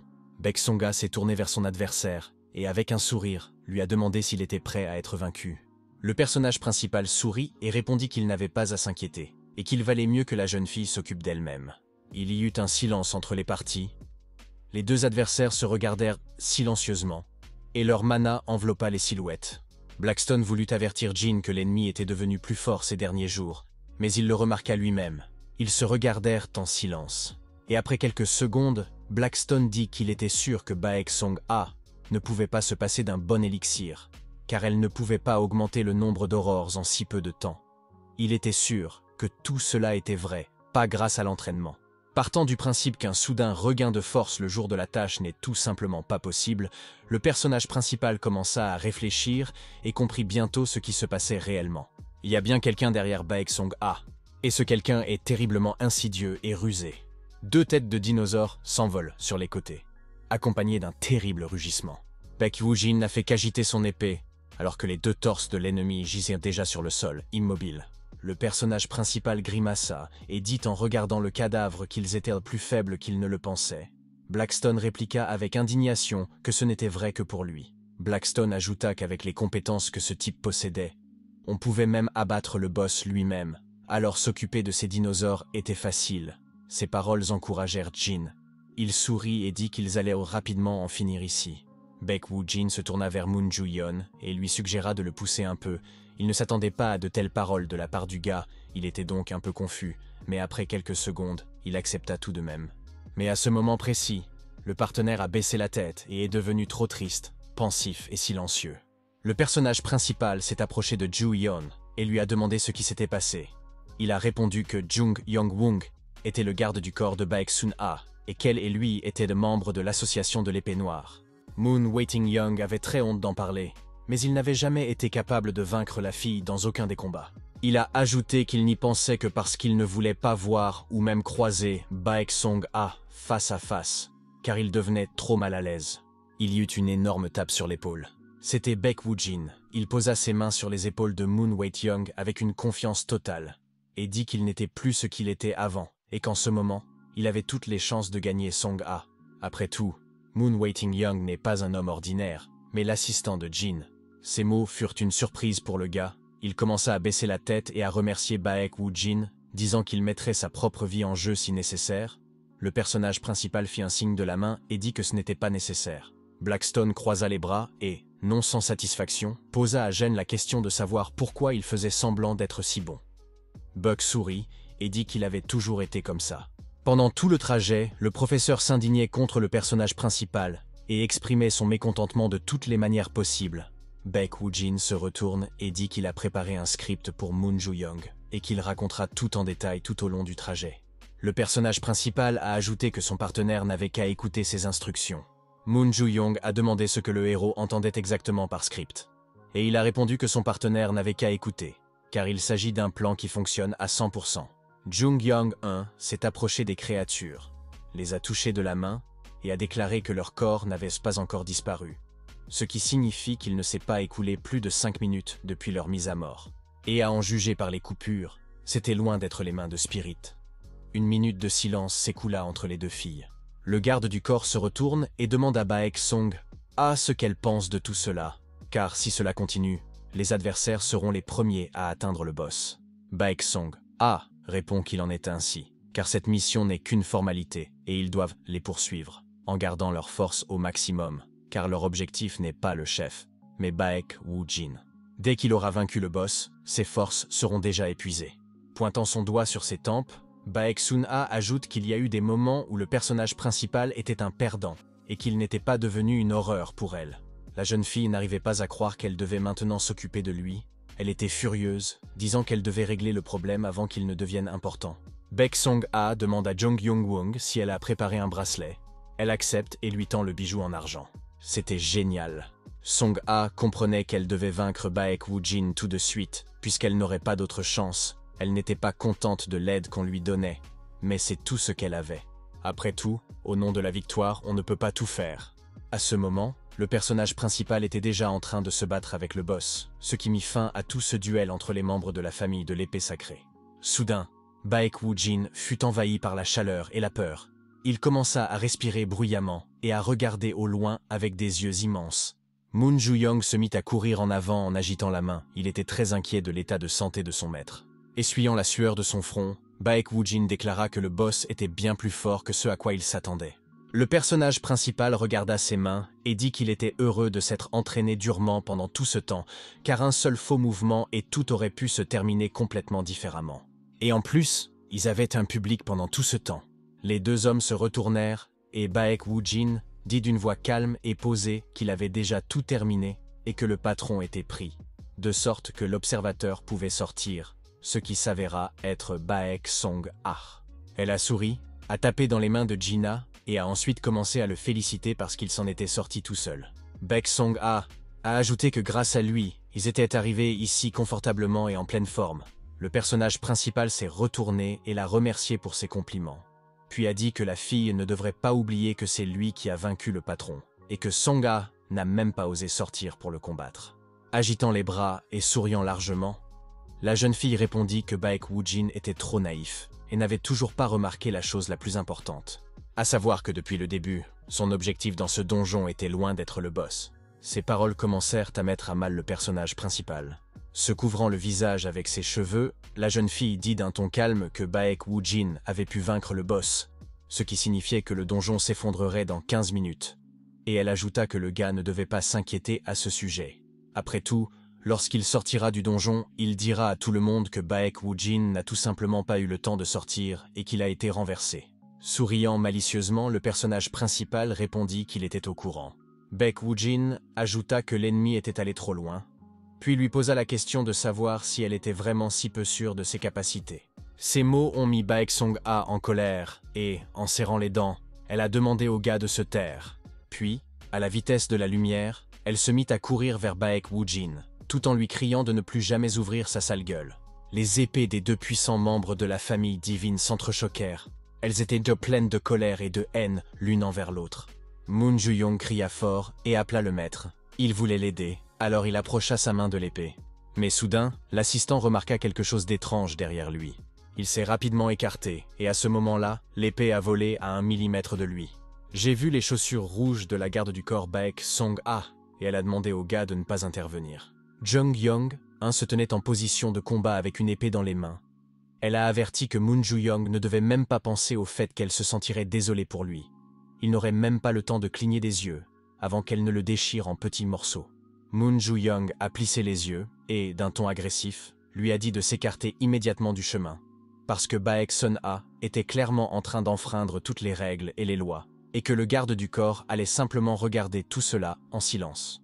Mais la jeune fille a dit qu'elle n'était qu'une servante dévouée de Baek Song-ha, et il a compris ce qu'elle disait, car Moon Ju-young lui-même était autrefois un épéiste dévoué. Le partenaire du personnage principal a dit que la fille elle avait vraiment raison, et qu'il aurait fait la même chose dans le passé. Mais quelque chose a changé. Moon Ju-young s'est rendu compte d'une chose. Comparé à un coup d'épée sans réfléchir, les épées tranchantes qui ont un but sont beaucoup plus tranchantes. Avec ces mots, le gars a attaqué Jung Young-wong. Un violent combat s'engagea entre les deux gardes du corps. Les épées s'entrelaçaient en arc de cercle sous l'effet de l'attaque puissante. La fille était pleine de colère et de haine. Elle criait haut et fort que Moon Ju-young avait pris le mauvais chemin. Mais le partenaire de Jin sourit et dit seulement qu'il n'était plus le même qu'avant, car maintenant il avait des raisons de gagner. Baek Song-ha a volé vers le haut de la montagne avec son épée et était déjà prête à attaquer le personnage principal. L'atmosphère était très tendue entre les deux hommes. Le personnage principal serra les dents et regarda devant lui avec haine. Baek Song-ha fit de même, mais en même temps, il traita le garde bâtard mesquin. La jeune fille eut l'impression que le membre de la famille de l'épée divine Baek devenait de plus en plus agressif. Baek Song-ha remarqua également que la respiration de Woo Jin commençait à être différente de ce qu'elle était auparavant. Cela ne pouvait signifier qu'une chose. Quelle que soit la force de Jin, il était définitivement épuisé en ce moment. Après avoir pris ses pilules, la différence de force n'est pas si grande. Mais on ne peut pas ignorer le fait que le personnage principal était trop actif. Il a détruit tous les lézards et a également achevé le boss lui-même. Quelle que soit la force de Baek Woo Jin, il reste une personne qui a besoin de repos. La fille sourit et traita son adversaire d'idiot, puis lui demanda s'il pensait vraiment pouvoir la vaincre dans cet état. Le personnage principal regarda sa main et fut très effrayé. Il cria alors très fort pour faire sortir son génie, et une lumière verte apparut dans sa main, ainsi qu'un loup au-dessus de sa tête. Le bracelet offert à Baek Song-ha commença à agir et une aura rouge maléfique s'en échappa. Quelques secondes plus tard, la fille cria haut et fort qu'elle attendait ce moment précis. Jin, ainsi que le type lui-même, gémirent bruyamment, et au bout d'un moment, leurs forces commencèrent à s'estomper lentement. Baek Woo Jin tomba à genoux dans un grand fracas. L'esprit du protagoniste s'affaiblit de plus en plus, et Baek perdit tout espoir et toute force. La jeune fille se mit à rire bruyamment et demanda à son adversaire pourquoi il était déprimé. Elle pointa l'épée vers Woo Jin et dit qu'elle s'était préparée à ses tours depuis le tout début, qu'elle avait ses propres mesures contre les esprits de Baek. Baek Woo Jin commença à demander à la fille ce que c'était tout d'un coup. Song-ha réalisa immédiatement qu'il posait des questions sur le bracelet. Song-ha répondit qu'il ne s'agissait pas d'un bracelet ordinaire. Puisqu'il pouvait les invoquer contre les loups, elle savait que Woo Jie invoquerait un esprit. Elle s'était donc préparée à l'avance. Le personnage principal commença à avoir les yeux sombres, sa force le quittait de plus en plus vite. La fille remarqua qu'après la technique d'invocation, Woo Jin avait finalement perdu toutes ses forces restantes. Song-ha cria que le jeu était terminé et qu'il avait perdu. Mais le gars s'appuya sur l'épée et se leva lentement en disant qu'il n'avait jamais entendu parler d'une telle chose et demanda où la fille était en train de la déterrer. Baek Song-ha répondit avec un sourire qu'il était évident qu'il n'avait jamais entendu parler d'une telle chose, puisque le bracelet était unique en son genre, fait personnellement pour elle. Il a été personnellement fabriqué par quelqu'un qui connaît très bien le personnage principal pour qu'elle l'achève. Le personnage principal était choqué, il n'en croyait pas ses oreilles. Alors il a redemandé. Il était en colère et regardait le ciel en criant qu'il ne comprenait pas qui cela pouvait être et pourquoi il avait besoin de cela. Baek Song-ha leva son épée et regarda au loin avec mépris. Elle dit que Woo Jin ne se taisait pas jusqu'à la fin. Et après cela, elle posa la question de savoir s'il était vraiment intéressé par l'identité de cette personne. L'épée commença à reconstituer sa force. Song-ha dit qu'elle était sûre que le personnage principal le rencontrerait en enfer et qu'à ce moment-là, il comprendrait tout. Elle souhaite un bon voyage à Baek Woo Jin, mais ce n'était pas le cas. L'épée noire stoppa l'attaque. La jeune fille était choquée car elle ne comprenait pas où Jin trouvait la force de se protéger. Elle ne comprenait pas comment Baek pouvait se défendre. Le personnage principal donna un tel coup d'épée dans ses bras que des pierres tombèrent autour de lui et que Song-ha vola en arrière. Appelant son adversaire, il expira et dit qu'il espérait au moins découvrir le nom de ce méchant. Il fut surpris que Baek Song-ha n'ait rien remarqué, à savoir qu'il s'agissait d'une performance d'acteur et qu'elle semblait sans faille. Song-ha a été choqué et a reposé la question. Baek Woo Jin sourit et lui demanda si elle pensait vraiment qu'il était si faible. La fille se mit à crier en disant que Woo Jin avait vaincu le roi des lézards, qu'elle avait vu de ses propres yeux à quel point il s'était battu contre eux avec obstination. Le personnage principal répondit qu'il ne dépensait que très peu de son énergie pour lui. Puis il lui demanda si elle avait entendu parler de Stone d'action. Il a ajouté que le plus dur était de prétendre délibérément que c'était difficile pour lui. Ces mots exaspérèrent grandement le membre de la famille de l'épée divine Baek. Elle traita ce type de bâtard et dit qu'il avait décidé de se moquer d'elle. Blackstone se mit à rire très fort et à dire que Song-ha était bon. Woo Jin ajouta qu'il était heureux que leur plan avec la pièce ait fonctionné. Souriant malicieusement, la pierre noire suggéra que Baek Woo Jin devrait travailler en tant qu'acteur plutôt que d'être un épéiste. Il ne pouvait pas comprendre s'il s'agissait d'un compliment ou d'une insulte. Il comprit ce que Song-ha avait voulu dire depuis le début. Fronçant les sourcils, Baek Woo Jin déclara que son but était précisément de le tuer. La sueur dégoulinant du visage de Song-ha, elle répondit qu'après tout ce temps, il avait enfin compris. Une flamme apparut dans la paume du protagoniste, qui se répandit sur tout le territoire. Il se dit que dans ce cas, il n'était plus arrêté par la culpabilité, et qu'avec une âme calme, il pouvait tuer la jeune fille. Il invoqua l'Ignis et les yeux de l'esprit s'illuminèrent de flammes. Un énorme dragon se tenait derrière le type. Il était de grande taille, d'où émanait une puissante aura de feu. Ignis, regardant sa proie, souffla du feu par la bouche. Song A tendit la main et cria que tous les efforts de Baek Woo-jin pour gagner étaient inutiles. Le bracelet commença à libérer son aura rouge en direction d'Ignis.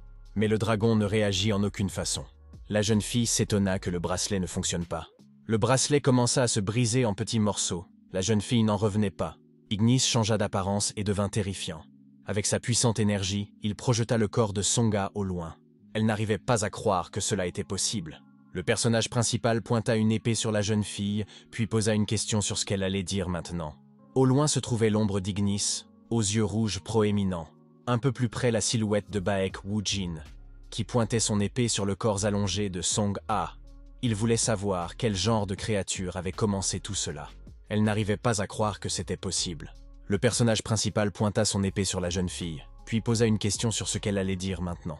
Au loin se trouvait l'ombre d'Ignis, aux yeux rouges proéminents. Un peu plus près se trouvait la silhouette de Baek Woo-jin, qui pointait son épée sur le corps allongé de Songa. Il était intéressé par le genre de créature qui avait commencé tout cela. Soudain, Baek Song-a se mit à trembler et à rire bruyamment. Ignis et le personnage principal la regardèrent silencieusement. La jeune fille, souriant sarcastiquement, dit que l'étranger l'avait prévenu de quelque chose. À savoir que Baek Woo-jin est rusé, ces mots ont surpris le gars. Baek Song-a commença à s'agacer de tout. Elle n'arrivait pas à croire qu'elle devait encore profiter de cette situation. Elle sortit la pilule qu'on lui avait dit de prendre, juste en cas d'urgence. La jeune fille l'avala sans hésiter. Une énergie surpuissante commença à émaner de Song-a. Blackstone commença à paniquer. Il disait que l'aura de Song-a devenait de plus en plus forte à chaque seconde. Woo-jin ne pouvait pas croire que c'était juste à cause de cette chose qu'elle avait avalée, et le personnage principal se retourna et invoqua Ignis. Un feu puissant commença à brûler de sa bouche, en grande quantité. À cause de cette pilule, les yeux de la jeune fille devinrent blancs. Elle se dit que, puisqu'elle avait un tel pouvoir entre les mains, elle n'allait pas gâcher cette chance. Elle prit l'épée et la fit tourner autour d'elle, accélérant ainsi son aura dans une direction plus puissante. Elle dirigea son aura directement sur Ignis. Elle le frappa en plein dans le cou, ce qui fit gémir l'esprit. Tout ce qui restait d'Ignis était le torse. Le personnage principal était choqué que Song-a ait achevé son esprit. Il ne comprenait pas à quel point elle avait de l'aura. Baek Song-a se leva et cria que ce n'était que le début. La jeune fille rejeta la tête en arrière, ses cheveux flottant dans les airs. Elle grimaça ensuite et déclara qu'elle pouvait maintenant facilement réduire Baek Woo-jin en petits morceaux. Lorsque Song-a attaqua avec son aura, elle cria pour que Baek Woo-jin meure. Le combat entre les deux hommes était assez dangereux. Baek Woo-jin tenta de rassembler ses pensées et de se souvenir de tout l'entraînement qu'il avait subi. Après cela, il grinça violemment des dents. Et il cria qu'il savait absolument tout. Après ces mots, il attaqua Song-a. Les mains du personnage principal avaient déjà commencé à s'engourdir. Il s'intéressait à la question de savoir ce que la fille avait mangé. Baek avait l'impression que cette pilule était devenue un amplificateur d'aura instantané. Il avait remarqué que de telles drogues pouvaient avoir une issue mortelle, car seul un contrôle puissant de sa propre aura permettait de se débarrasser des conséquences. Mais il semble que Song-a soit déjà intoxiquée par son propre pouvoir. Elle jouait manifestement avec le feu. Song-a libéra un énorme flux d'aura sous l'effet de la colère et cria pour que Baek Woo-jin meure enfin. Le personnage principal expira et dit que si c'était le cas, il ne restait plus qu'une seule option. Pesant le pour et le contre, il plissa les yeux et devint sérieux. Il repoussa alors le flux d'énergie rouge de son adversaire. Cette action choqua la jeune fille. Elle n'arrivait pas à croire que Woo-jin avait coupé son aura. Baek Woo-jin regarda à côté et dit que ce n'était pas en vain qu'il pratiquait les techniques de l'épée absolue. Blackstone ajouta que cette fois-ci, il s'en sortait plutôt bien. Song-a traita son adversaire de petit salaud et posa ensuite une question concernant le moment où il était parvenu à étudier l'épée absolue. Baek Woo-jin sourit et répondit qu'elle ne pouvait pas le vaincre uniquement en augmentant son aura. À ces mots, la jeune fille commença à éprouver une puissante colère. Elle expira l'air de sa bouche avec haine. Et après ça, son mana devint plusieurs fois plus puissant. Elle traita le personnage principal de crétin suffisant. Le premier coup manqua Baek Woo-jin et vola sur le côté. Le personnage principal se rendit compte que Song-a avait perdu sa concentration parce qu'elle était enivrée par son propre pouvoir. Mais son pouvoir restait très dangereux et puissant. Blackstone commence à s'inquiéter. Il souligne que si Woo-jin fait ne serait-ce qu'un faux pas, il est foutu. Il doit donc être sur le qui-vive. Baek Woo-jin remercie son partenaire pour ses conseils et se précipite pour attaquer Song-a. À ce moment-là, Jung Young-un se tourne vers sa maîtresse. Elle a l'air très abattue et effrayée. Elle a demandé ce que Baek Sona faisait là, et c'est à ce moment que Moon Ju-young a essayé de frapper. Moon Ju-young, tenant l'épée devant lui, a dit à la fille d'arrêter de regarder autour d'elle, puisque son adversaire était juste devant elle. Jung Yeon était furieuse de ces paroles. Et après cela, elle a posé une question à son ennemi, lui demandant s'il n'était pas lui-même inquiet pour son maître, car si tout continuait ainsi, ils allaient tous les deux mourir. Mais Moon Ju-young a répondu du bout des lèvres que la jeune fille était trop naïve. Ces mots firent tilt dans le cœur de Young-un. Et après quelques secondes, Moon Ju-young ajouta qu'il ne comprenait pas comment on pouvait ne pas croire aux capacités de son propre maître, et ajouta également que Baek Woo-jin n'était pas assez faible pour succomber à ce genre de sortilège. Et après cela, il décida d'attraper l'épée. D'un mouvement rapide, et surtout clair, il trancha la main de Jong Young-woon. Le type dit avec assurance qu'en plus de cela, le gentleman croit en lui. Blackstone s'est tourné vers Moon Ju-young et a déclaré qu'il semblait y avoir un vainqueur. Baek Woo-jin a répondu qu'il n'en doutait pas, puisqu'il était son subordonné. Après quelques minutes, la pierre noire remarqua qu'il leur restait peu de temps, et qu'ils ne devaient donc pas hésiter. Il ajouta que Woo-jin devait en profiter et régler tout ça au plus vite. Il accepta et tendit la main. Soudain, le cœur de Song-ha se mit à être enveloppé d'une aura rouge. Elle se mit à cracher du sang et à s'étouffer. Le personnage principal demanda avec effroi ce qui s'était passé. Blackstone répondit que la drogue était probablement en train d'expirer. La fille était en état de choc. Son corps entier commençait à se fissurer. Elle n'arrivait pas à y croire, car il lui restait encore un peu de temps. Absolument toute l'aura était dirigée vers le cœur de Baek Song-ha. Blackstone était effrayé. Il cria fort qu'elle avait commencé le processus d'autodestruction. Le personnage principal commença à poser de nouvelles questions sur l'autodestruction, mais Blackstone répondit qu'il n'en savait rien. Il demanda de laisser toutes les questions pour plus tard, car il devait sortir de là rapidement, car si une telle quantité d'aura explosait, le territoire serait détruit. Song-ha était effondrée que son ami l'ait trompée. Elle ne voulait pas que cela se termine ainsi. La jeune fille ne voulait absolument pas mourir. Elle cria et tomba en morceaux. Le personnage principal a tendu la main et a dit à Moon Ju-young de s'écarter. L'énergie et la force que Song-ha avait gardées en elle grâce à la pilule ont été libérées. Le personnage principal et Moon Ju-young étaient allongés sur le sol, et non loin d'eux, il y avait un trou dû à l'explosion. Woo-jin demande à son partenaire s'il va bien. Celui-ci lui répond que tout va bien. Moon Ju-young regarde au loin, là où se trouve le trou, et pose une question sur ce qui vient de se passer. Baek Woo-jin répond qu'il s'agit d'une autodestruction, et qu'ils ont eu de la chance de pouvoir s'éloigner. Le garde du corps était choqué. Il ne pouvait pas imaginer qu'il verrait quelque chose comme ça. Woo-jin lui répond qu'il n'est pas le seul, et que Dieu merci, tout le monde est en vie et sain et sauf. Soudain, Ju-young tomba à genoux et cria qu'il avait laissé tomber son maître. Le personnage principal mit la main sur son cœur et lui dit que c'était lui qui aurait dû le protéger, pas lui, et que Ju ne devait donc pas s'en vouloir, puisqu'il ne savait pas que tout se terminerait ainsi. Après tout, le seul qui pouvait savoir était Jung Young-un. Moon Ju-young a répondu qu'elle ne savait probablement rien. Ces mots ont étonné le personnage principal. Le garde du corps a répondu qu'au moment où Jung Young-woong a regardé en arrière et a vu ce que sa maîtresse était devenue, elle a été choquée. Et si Jung Young-woong l'avait su à l'avance, elle n'aurait pas réagi de la sorte. Ju a ajouté que la jeune fille était tellement distraite qu'elle n'a même pas remarqué comment il s'est approché d'elle et l'a attaquée. Moon Ju-young dit avec un visage sérieux que Madame Song-ha a probablement caché cela à tout le monde, même à ses proches. Blackstone est d'accord avec l'opinion du garde du corps et ajoute que la fille a eu très peur dans les dernières secondes de sa vie, comme si dès le début elle ne savait pas que tout se terminerait ainsi, comme si tout ne s'était pas déroulé selon son plan. Les gars se souviennent des dernières paroles de la sœur de Woo-jin et comprennent qu'elle ne voulait certainement pas mourir. Blackstone dit que tout cela est très étrange. Peu importe à quel point elle voulait gagner. Le fait qu'elle ait pris cette pilule en sachant que Song-ha n'attendait qu'une fin ne semble même pas crédible. Et ce n'est pas tout. Dans aucune de ses vies antérieures, Blackstone n'a entendu parler de ce genre d'élixir qui provoque l'autodestruction. Le personnage principal expira et dit ensuite qu'il avait beaucoup de questions à poser à sa sœur, si seulement elle était là.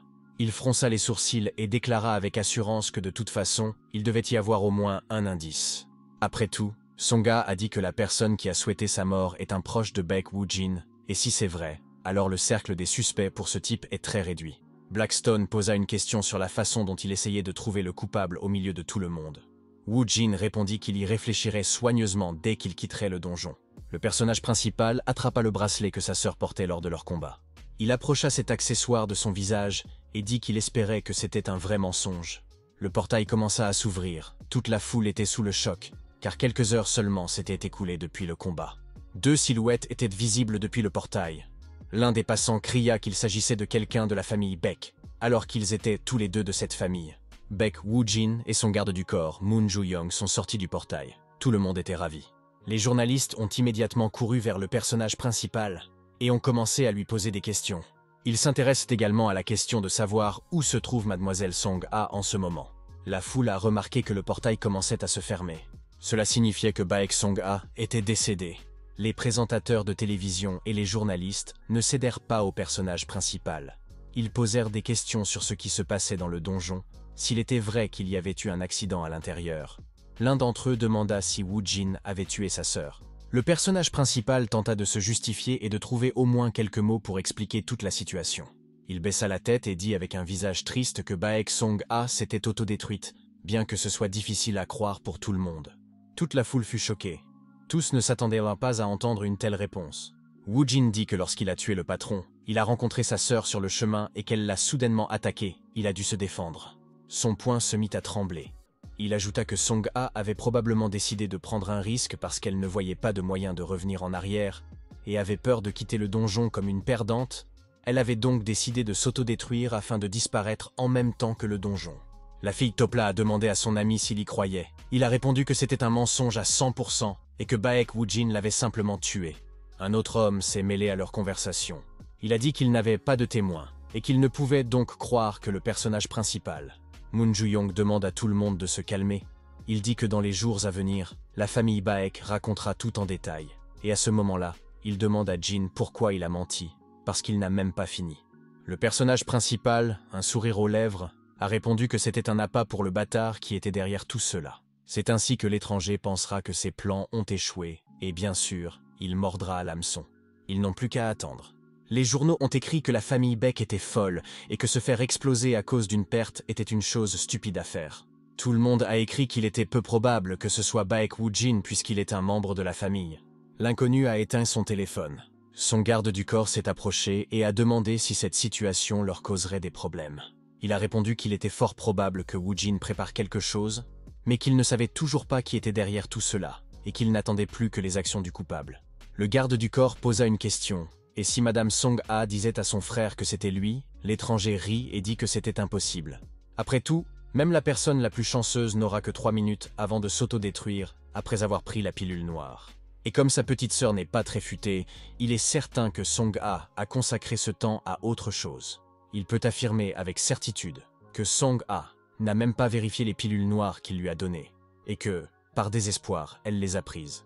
Cela le fait rire de voir à quel point les gens peuvent être stupides. Le type a été surpris par le fait que Song-ha pensait vraiment qu'il l'aidait. Le garde du corps répond que le plus important est que le chef ne l'apprenne pas. Le frère aîné de Woo-jin lui répond qu'il ne doit pas s'inquiéter car personne ne saura rien. Il ajoute que leur père a personnellement envoyé Woo-jin et Song-ha pour faire cela, et le frère aîné est sûr que le chef voulait se débarrasser de l'un d'entre eux. Le frère aîné de Jin a ajouté qu'il connaissait très bien son père. Tant qu'il n'interférait pas ou n'allait pas à l'encontre de ses plans, il ne lui ferait rien. Et c'était toujours comme ça. Le garde du corps lui jeta une veste et dit que de toute façon, il devait se préparer car personne ne sait rien. Le type a souri et lui a dit de ne pas s'inquiéter autant et de lui faire entièrement confiance. Le garde du corps s'est excusé et a dit qu'il avait dit beaucoup de choses inutiles. Le frère de Baek a dit qu'il n'y avait rien de nouveau et de terrible dans tout cela et qu'en fait tout était factuel.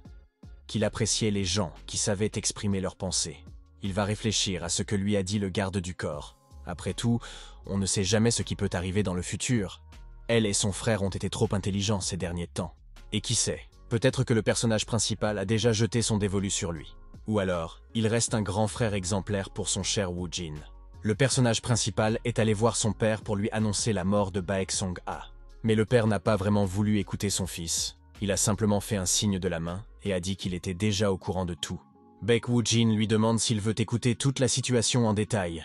Le père répondit que Song-ha savait parfaitement où elle allait et que tout cela était pour le bien de la victoire. Il n'avait donc pas besoin de détails, demanda Jin à nouveau.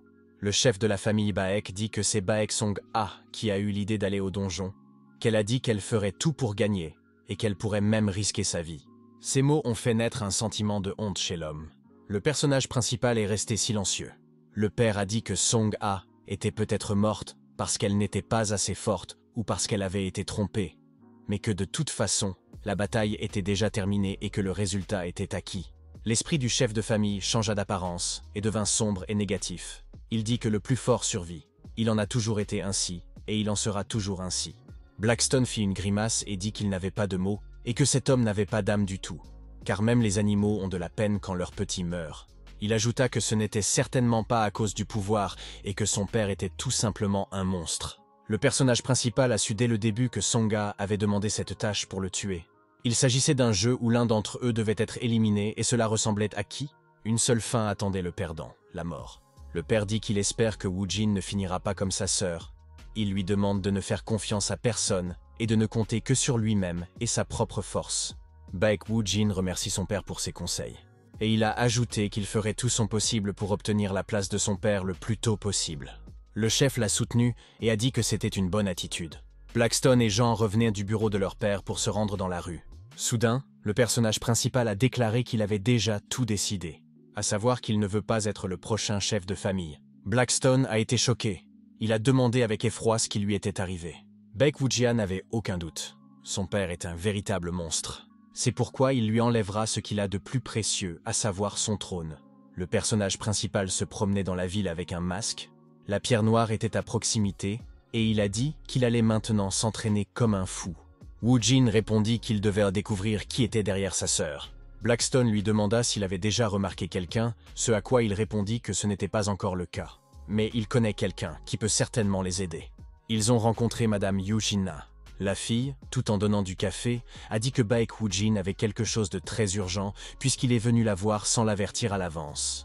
Le personnage principal a répondu que l'affaire était un peu compliquée et qu'il ne pouvait donc pas tout dire à l'avance au téléphone. Yoo Jin-na a dit que puisque le gars est venu la voir immédiatement après avoir terminé sa tâche, il semble qu'il ait vraiment quelque chose de très sérieux. Elle a envoyé tous ses subordonnés attendre à l'extérieur. La jeune fille décide de ne pas hésiter et de passer immédiatement aux choses sérieuses. Elle demande à Woo-jin s'il était venu la voir spécifiquement à cause de Madame Baek Song-ah. Tenant le bracelet dans ses mains, le personnage principal dit qu'il avait besoin de Jin-na pour se renseigner sur quelque chose. Le personnage principal pose l'accessoire sur la table et dit que c'est le bracelet que Song-ah a utilisé pendant le combat. Il demande à la fille de trouver la personne qui l'a fabriqué. Baek a également demandé si Yoo Jin-ah avait entendu parler d'une drogue qui, au lieu de vous rendre plus fort, provoque des effets secondaires tels que l'autodestruction. Jin-ah regarde le bracelet et dit que c'est la première fois qu'elle voit cette chose, qui ne peut être achetée nulle part. Quant aux médicaments, la jeune fille n'avait jamais entendu parler de l'existence d'un médicament capable de provoquer l'autodestruction. Elle qualifia le bracelet de chose intéressante et dit qu'il pouvait y avoir un lien. Puis le personnage principal lui demanda ce qu'elle savait de cette situation. Yoo-jin répondit que ce n'était qu'une supposition. Puis on lui demanda s'il avait entendu parler de l'arène de combat souterraine. Il répondit que oui, mais qu'il ne comprenait pas comment cela pouvait être lié.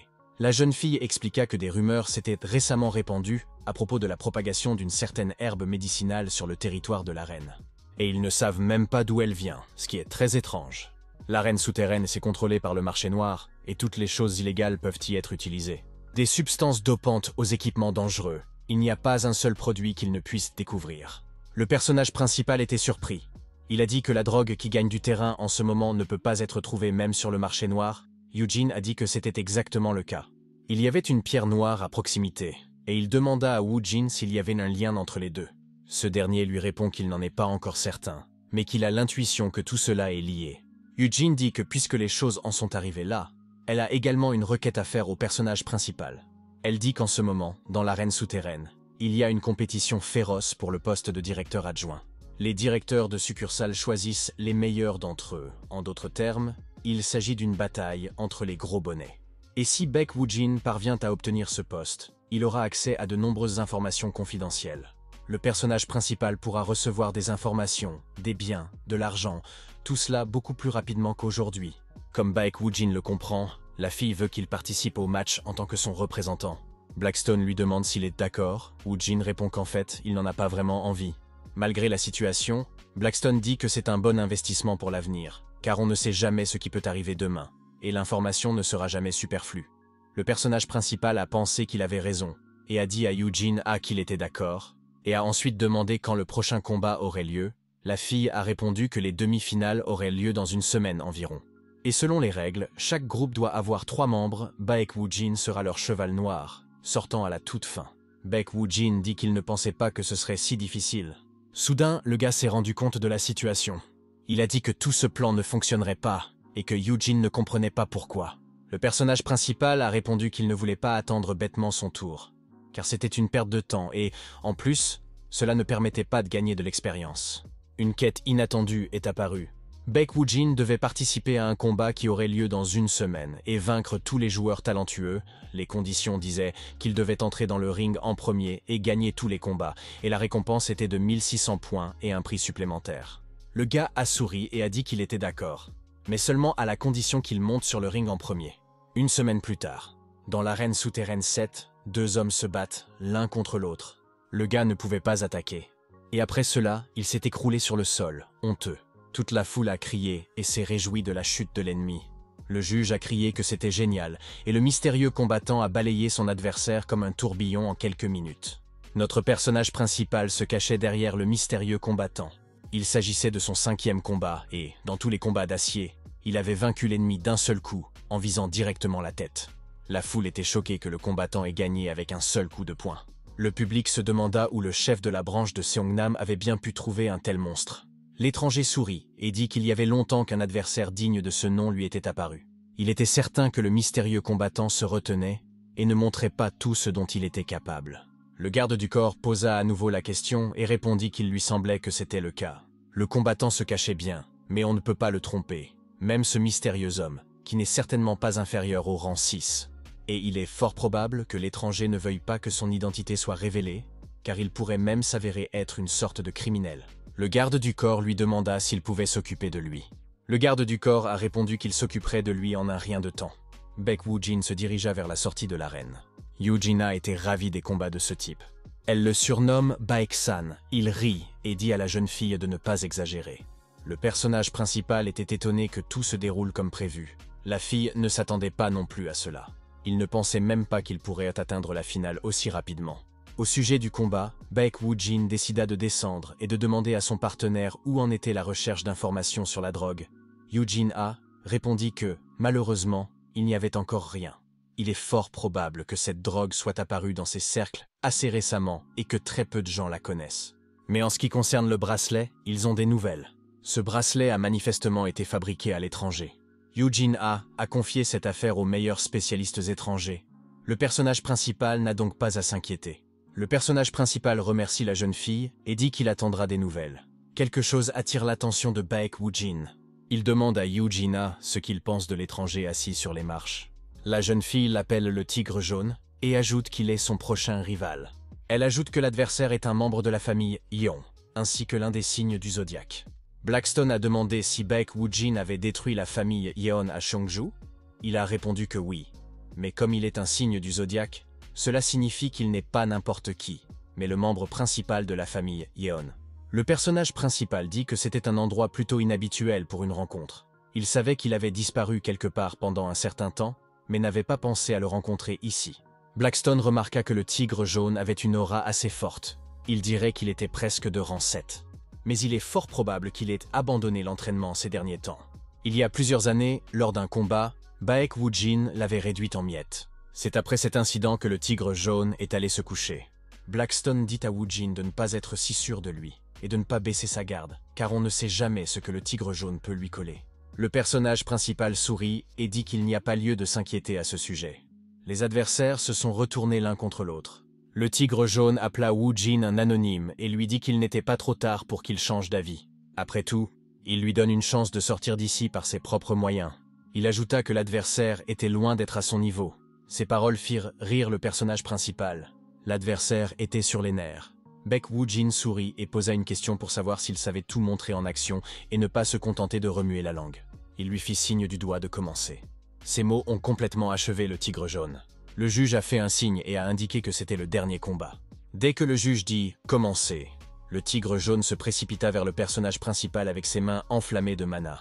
Le tigre jaune se prépara à frapper. Il cria bruyamment que le personnage principal était fini. Le mana lumineux entourait tout le ring, mais Baek Woo-jin réussit à sauter en arrière et à éviter le coup qui approchait. Il y avait beaucoup de fumée près du tigre jaune, et le personnage principal était un peu plus loin. Blackstone déclara que tout ce à quoi il s'attendait était en train de se produire. L'arme du tigre jaune est une griffe magique. Il peut l'utiliser sur tous ses doigts en même temps, ce qui est très surprenant, ce n'est rien d'autre que des griffes de tigre. Blackstone ne s'attendait pas à ce que Baek Woo-jin en sache beaucoup sur cette arme. Le personnage principal avait dit que ceux qui possédaient la technique des griffes magiques se spécialisaient généralement dans le combat rapproché, mais les griffes de tigre sont d'un tout autre niveau. Elles libèrent beaucoup plus d'aura dans leurs mains. Cela leur permet d'attaquer même à longue distance et d'augmenter la puissance de leurs coups. Et l'aura du tigre jaune est si pressante qu'elle ne le dérange même pas pour attaquer, que ce soit de près ou de loin. Blackstone ne comprenait pas comment le personnage principal pouvait savoir tout cela. Il avait l'impression qu'ils avaient échangé leur rôle. Après tout, l'homme qui avait réduit le tigre jaune en miettes. Il y avait sa sœur Baek Eui-kyung. Il y eut un moment de tension entre les deux hommes, les griffes de l'adversaire transperçant l'épée de Woo-jin. Soudain, d'une poussée vive et rapide, Baek Woo-jin se débarrassa de son adversaire. Le tigre jaune ne comprenait pas du tout ce qui se passait et qui était ce mystérieux épéiste. Après tout, il avait bloqué toutes ses attaques. L'adversaire supposa que l'étranger était fort, mais pas à ce point. Il se dit qu'il devait se préparer et ajouta que de toute façon, l'épéiste ne pourrait pas esquiver toutes ses attaques. Et à chaque coup, l'homme mystérieux s'affaiblit peu à peu. Le tigre jaune s'élança sur le personnage principal en disant qu'il allait le déchiqueter. Blackstone dit que tout se passe exactement comme Woo-jin l'a dit. Ce type a abandonné tout son entraînement. Et la caractéristique de la griffe du tigre est la vitesse, des mouvements imprévisibles et soudains qui déplacent le corps d'un point à un autre à une vitesse incroyable. Mais ce que démontre le tigre jaune n'est qu'un gaspillage de sa propre aura. Blackstone dit qu'il comprend parfaitement qu'il est difficile de résister à un tigre au corps à corps, mais c'est le seul moyen de remarquer toutes ses erreurs et de commencer rapidement à attaquer. Une certaine pensée vint à l'esprit du personnage principal, à savoir qu'il n'aura qu'un seul pas à faire. Le tigre jaune transpirait déjà. Il ne comprenait pas pourquoi il n'arrivait toujours pas à mettre fin à cette non-entité. Jusqu'à présent, l'épéiste n'avait fait que bloquer toutes ses attaques. Soudain, Baek Woo-jin écarta l'ennemi d'un mouvement brusque. Le tigre n'en croyait pas ses yeux. En fait, pendant tout ce temps, le personnage principal accumulait son aura. L'ennemi Baek a crié très fort et a dit que cela ne pouvait pas arriver. Toutes ces actions rendirent le gars incontrôlable. Il prit toute son aura dans ses poings, se préparant à la prochaine et dure attaque. Il décida qu'il devait en finir avec le mystérieux épéiste avant qu'il ne devienne encore plus fort. Un point commença à émerger de l'aura du tigre jaune. Blackstone était effrayé. Il avertit Baek Woo-jin que son adversaire avait concentré toute son aura, et qu'il est fort probable que ce coup soit le plus puissant. Mais le personnage principal ne réagit pas du tout, et ses yeux étincelèrent d'une étrange lueur violette. Baek Woo-jin sourit d'un air sarcastique. Le tigre jaune bondit en arrière et cria haut et fort que l'épéiste allait en finir. Il utilisa une technique appelée King Tiger Killing Kick, et fonça sur son adversaire à la vitesse d'une balle. Woo-jin regarda tout ce qui se passait, réfléchit à une solution plus optimale et décida qu'il était temps d'atteindre la lame de l'honneur et de la droiture. Blackstone fut choqué, car il ne s'attendait pas à ce que Baek tente une nouvelle voie de l'épée dès maintenant. Une immense aura se répandit dans la salle où se déroulaient les combats. Deux manas puissants s'entrechoquaient. Le coup mortel du tigre jaune fut frappé par la lame de Baek Woo-jin. Soudain, le tigre remarqua que l'aura avait changé de trajectoire. Elle se dirigea directement vers son corps, et il poussa un grand cri de douleur. Le tigre jaune traita son adversaire de parfait salaud et ajouta qu'il ne pourrait pas le vaincre. Au bout de quelques secondes, ses yeux commencèrent à se dédoubler sensiblement. Il a perdu le contrôle de son corps et celui-ci ne bouge plus. À ce moment, le personnage principal se tenait derrière, ayant déjà préparé son épée. Baek Woo-jin le regarda avec dédain et dit qu'ils en finiraient là. Et après cela, dans les airs, il frappa le tigre jaune au cou avec une force incroyable. Celui-ci atterrit au fond de l'eau avec un énorme rugissement. Le juge a été choqué par ce qu'il a vu. Le personnage principal a atterri sur son genou. Et aussitôt, le juge annonça que l'épéiste Baek-san avait gagné. Le garde du corps du tigre jaune était furieux. Il ne comprenait pas ce qui se passait. Il pointa du doigt et dit que cela ne pouvait pas arriver. Après tout, le juge ne peut pas donner la victoire à un bâtard qui n'a même pas révélé son identité. L'homme a ajouté que personne ne sait ce que fait l'étranger, car il s'agit peut-être d'un criminel ou d'un maniaque. Le juge a répondu que l'étranger était enregistré comme le meilleur combattant du directeur de la branche, et que cette information leur suffisait amplement. Quant à la vie privée de Baek-san, qu'il soit un criminel ou non, cela leur importe peu.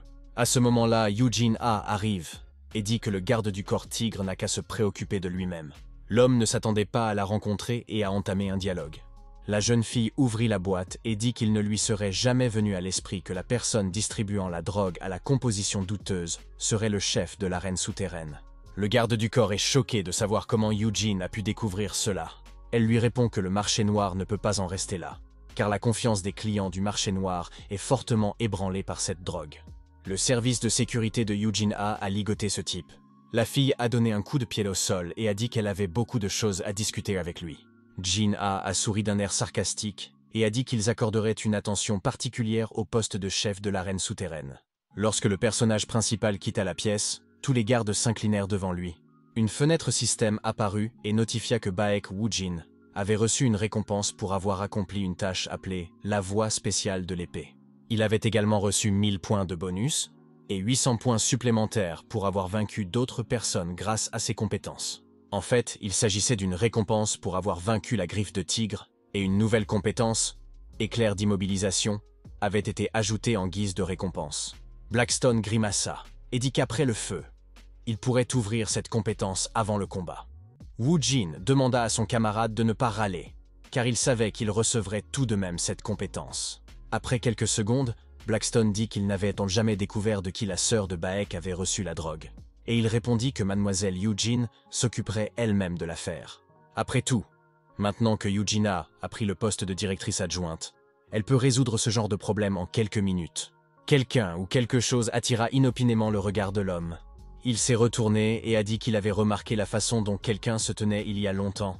Il s'agissait de Baek Myung-hoon, qui se tenait debout, couvert de sueur. Le personnage principal n'a même pas écouté, et a dit que s'il était venu ici pour régler les choses, il n'était pas d'humeur, et que le gars ferait mieux de partir. Mais Baek Myung-hoon a dit qu'il avait des nouvelles. Blackstone s'est retourné et a dit qu'il était choqué que le gars puisse communiquer normalement. Il ne pouvait même pas croire que c'était Baek Myung-hoon en face de lui. Baek lui a dit de ne pas attendre et de dire les choses telles qu'elles sont. Mais Myung-hoon ne sait pas par où commencer. Ils arrivèrent à un vieil endroit oublié de tous. Blackstone regarda en arrière et dit qu'il n'était pas venu ici depuis longtemps. Woojin était d'accord avec lui. Le personnage principal eut un sentiment étrange. La dernière fois que Baek Woojin était dans ce bâtiment, c'était il y a plusieurs années, et c'était là qu'il avait eu son premier combat. Blackstone a souligné que son adversaire était Baek Myung-hoon. Aujourd'hui, il n'arrive même pas à la cheville de Woojin et n'est probablement pas plus haut que le 5e niveau. Les gars ont demandé à Myung-hoon ce qu'il voulait, mais il est soudainement tombé à genoux. Il supplie Baek Woojin de le prendre sous son aile parce qu'il veut devenir son élève. Le personnage principal a été choqué et a redemandé. Blackstone pensait avoir mal entendu, car il n'arrivait pas à croire que ce type voulait devenir l'élève de Baek Woojin. Il ne comprenait pas ce qui poussait Baek Myung-hoon à vouloir devenir l'élève de Baek Woojin. Woojin demanda d'une voix calme et impolie de quel genre d'absurdité il parlait. Le personnage principal a pointé du doigt Myung-hoon et a demandé pourquoi il l'acceptait et où était la garantie qu'il ne le trahirait pas. Ensuite, il a demandé si Myung pensait vraiment que s'il tombait à genoux, il serait immédiatement accepté. Baek Myung-hoon a bégayé et a dit qu'il voulait vraiment arrêter cette compétition stupide et cesser de tomber encore plus bas. C'est pour cette même raison qu'il n'était pas présent à la cérémonie de rassemblement des épéistes. Woojin demande pourquoi lui, car Myung-hoon aurait pu choisir n'importe quel autre frère. Baek Myung-hoon baisse la tête et se tait. Puis il a relevé la tête et a dit qu'au moins Woojin ne le tuerait pas, même s'il devenait le chef de la famille. Blackstone a traité Myung de clown pathétique. Le personnage principal a proposé Son Hyun-hyun à son frère et a dit qu'il s'entendrait de bien dans le personnage. Le garçon a expiré et a dit non d'une voix calme.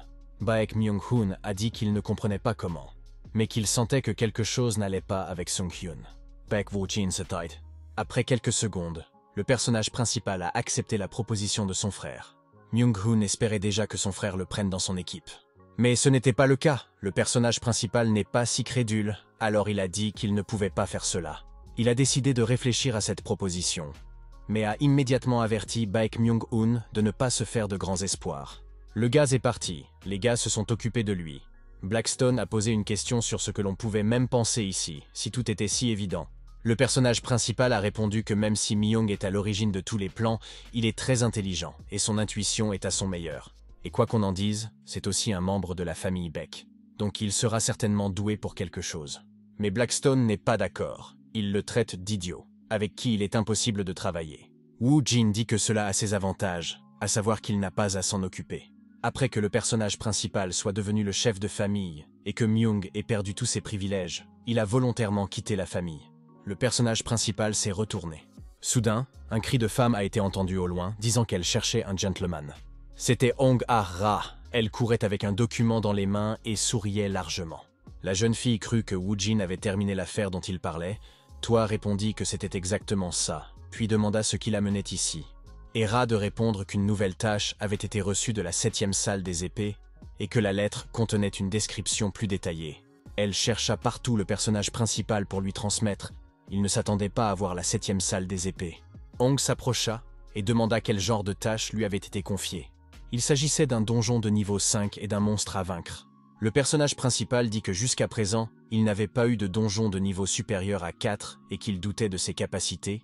Blackstone répondit qu'il devait penser positivement, car grâce à cette tâche, il pouvait améliorer ses compétences. Dans ce cas, Baek Woo Jin ne réfléchit pas longtemps et accepta immédiatement, ce qui rendit Hong Ah-ra très heureux. Il demanda à la jeune fille de prévenir tout le monde et de se tenir prêt. Blackstone regarda le gentleman pensif et lui demanda à quoi il pensait. Il commença à secouer la tête et à dire qu'il était encore trop tôt pour assumer de telles tâches. Le professeur ne comprenait pas de quoi il parlait. Un énorme portail rose s'est ouvert, un type de la foule invitait les gens. Soudain, le cristal rose commença à se fissurer. À ce moment-là, Yonghwa s'entraînait. Elle frappait facilement le sac de frappe avec une telle force qu'il volait très loin. Ses coups étaient éclairs et puissants. Son aura était très puissante et dépassait le niveau 5.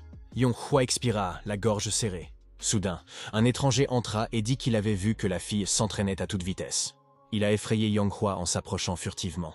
La fille lui avait demandé plusieurs fois de ne pas entrer dans les cabines pendant son entraînement. L'homme a dit qu'il était venu avec des nouvelles intéressantes sur Baek Woo Jin. Mais comme elle est occupée, il vous en parlera la prochaine fois. Yonghwa le rattrape immédiatement. Elle lui dit de tout rapporter immédiatement, mais il lui répond que ça ne marchera pas comme ça. Le type a demandé à être plus poli, mais en retour, il a reçu un coup dans l'estomac de la part de Yonghwa. La fille était brûlante de rage et de colère. Elle a dit qu'elle ne le répéterait pas 2 fois.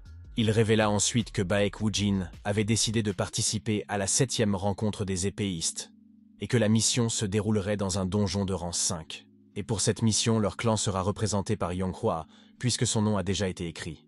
C'était une excellente occasion de montrer à tout le monde ce dont la jeune fille était capable, et cet événement lui serait certainement bénéfique. Yonghwa se détourna et dit que ce n'était pas une si mauvaise idée. Elle ajouta que cette fois-ci, elle devait simplement gagner. Le type sourit et dit que Yonghwa fait semblant de s'en moquer, mais qu'en fait, elle en est très heureuse. Il ajoute qu'il semble que Baek Woo Jin ne soit pas un mauvais garçon et qu'il est fort probable que leur père l'apprécie également. Ils ont commencé à appeler le téléphone de mon frère. Il ne comprenait pas ce qui n'allait pas chez lui aujourd'hui. Ensuite, il s'est tourné vers Yonghwa et lui a dit que Jang-gak voulait lui parler. La fille n'a pas compris de qui il s'agissait et a redemandé. Le type a souri et lui a dit d'oublier. Après tout, ce n'est pas la chose la plus importante pour l'instant, a dit le frère, et Yonghwa devrait s'occuper d'elle-même. Le personnage principal a rencontré Yonghwa en direct après une longue période. Il sourit et dit qu'il ne s'était pas vu depuis longtemps et que la dernière fois qu'ils s'étaient rencontrés, c'était à l'académie. Yonghwa s'est senti gêné et a demandé à Woo Jin comment il se débrouillait depuis tout ce temps. Baek Woo Jin commence à analyser la fille et réalise qu'elle est au moins de niveau 5 et une sorte de génie. Le personnage principal remarqua que pendant tout ce temps, Yonghwa n'était probablement pas resté inactif, car dès la première seconde, il sentit que la fille était devenue plus forte. Au bout d'un moment, Woo Jin remarqua la rougeur et dit qu'il y avait quelque chose qui n'allait pas chez la fille, comme si elle était malade de quelque chose. Blackstone le traita d'idiot quand il s'agit de ce genre de choses. Yonghwa était sérieuse. Elle disait que cette fois-ci, la victoire leur appartiendrait, qu'ils ne perdraient jamais. Le personnage principal sourit et dit qu'ainsi soit-il, mais qu'il ne participera pas. Cette décision a choqué la dame. Elle ne comprenait pas pourquoi Woo Jin ne voulait pas participer. Baek Woo Jin répond qu'ils ne sont pas là pour la victoire, mais pour quelque chose de plus, à savoir de l'expérience et des capacités accrues. En voyant l'équipe de Yonghwa, il pensait que c'était pour cela qu'ils étaient là, mais il semble qu'il se soit trompé. La fille se sentait fébrile et commença à s'excuser en disant qu'elle était aussi là pour améliorer ses capacités. Le personnage principal s'est retourné et a dit qu'il se reverrait. Ensuite, le monsieur s'est adressé à son équipe. Il a dit qu'il s'agissait d'un cas particulier, sinon il ne serait bon pas là. Après tout, Grâce à ce donjon, chacun d'entre eux pourra acquérir une expérience incroyable. De plus, Baek Woojin a prévenu son équipe à l'avance que leurs adversaires n'avaient pas l'intention de les ménager. L'équipe a crié haut et fort qu'elle avait compris, et que la victoire serait au rendez-vous. Après cela, le personnage principal est entré dans le donjon et a demandé à son équipe de faire de même. L'un des gardes a souligné que le donjon allait bientôt fermer. Le deuxième gars demanda pourquoi si vite. Il répondit que deux des plus puissants épéistes étaient entrés dans le donjon et qu'il était certain que les gars termineraient la mission dans quelques minutes, et qu'en attendant, ils pourraient se détendre un peu et manger un morceau. Mais son partenaire n'aimait pas cette idée et il s'empara du soda. En ouvrant le verre, il a dit qu'il n'était pas venu ici pour se détendre. Puis il a ajouté que le type avait pris la liste dans ses mains et noté l'heure d'entrée de tous les participants. Mais le rouquin lui a répondu qu'il devrait prendre les choses plus simplement. Une fissure s'est formée dans le donjon. Et puis d'autres encore. La sécurité ne comprenait pas ce qui se passait. Le rouquin a dit qu'une fissure s'était formée dans le donjon, mais son partenaire n'était pas d'accord avec lui. Il a dit qu'il s'agissait d'un donjon à vagues. Une vague se forme lorsqu'un donjon fusionne avec un autre. Le gars lui ordonna de mesurer immédiatement le rang du donjon lui-même. L'intrigue était forte et excitante. L'équipement montra que le donjon était au moins de rang 7, et les gardes crièrent qu'ils étaient foutus. Comme la capacité moyenne de ceux qui étaient entrés dans le donjon ne dépassait pas le rang 6, ils ne savaient pas quoi faire dans cette situation. Le type sombre dit à son partenaire de signaler la situation à chaque guilde, ainsi qu'à l'association, car ils n'ont pas d'autre choix que d'espérer et de croire au meilleur. Ils devaient séparer les donjons les uns des autres le plus rapidement possible. Mais ceux qui se trouvent maintenant à l'intérieur devront espérer et ne croire qu'en un miracle. Ou alors, l'un d'entre eux devra lui-même créer ce miracle. Il a commencé à neiger à l'intérieur du donjon, et l'équipe de Baek était sous le choc. Après tout, il venait de faire chaud et il n'y avait même pas d'odeur de neige. Il ne comprenait pas ce qui se passait ici. Moonju devina qu'il s'agissait d'une vague de donjons. Blackstone dit qu'il comprenait maintenant pourquoi le temps avait changé si radicalement. Un donjon venait de fusionner avec un autre. Le protagoniste pensait que cela se produirait dans un avenir plus lointain. Il ne s'attendait pas à ce que ce donjon apparaisse si tôt. Mais ce n'est pas tout. Blackstone a ressenti quelque chose de très étrange. En effet, pendant que le donjon fusionnait, quelqu'un de fort est entré à l'intérieur. Après tout, puisque le temps a changé, ils doivent rapidement régler ce problème et partir. Soudain, une veste d'hiver se tendit vers le gars. C'était Hong-Hara qui lui tendait la veste. Il ne s'attendait pas du tout à la recevoir. Ensuite, j'ai vu que toute son équipe portait des vêtements d'hiver. Il ne comprenait pas comment les gars avaient pu s'en rendre compte avant. L'équipe a répondu qu'elle avait étudié absolument tout ce qui se trouvait dans le donjon de l'ogre, et que 3 cas de chute de neige avaient été observés ici. Hong-Hara sourit et dit qu'ils avaient fait attention à toute cette préparation. Blackstone sourit et dit qu'il n'était pas du tout surpris qu'il s'agisse de son escouade d'épéistes. Enfilant des vêtements d'hiver, le personnage principal approuva les paroles de Blackstone et ajouta qu'il se sentait en sécurité à leur côté. Mais Yonghwa avait un peu moins de chance.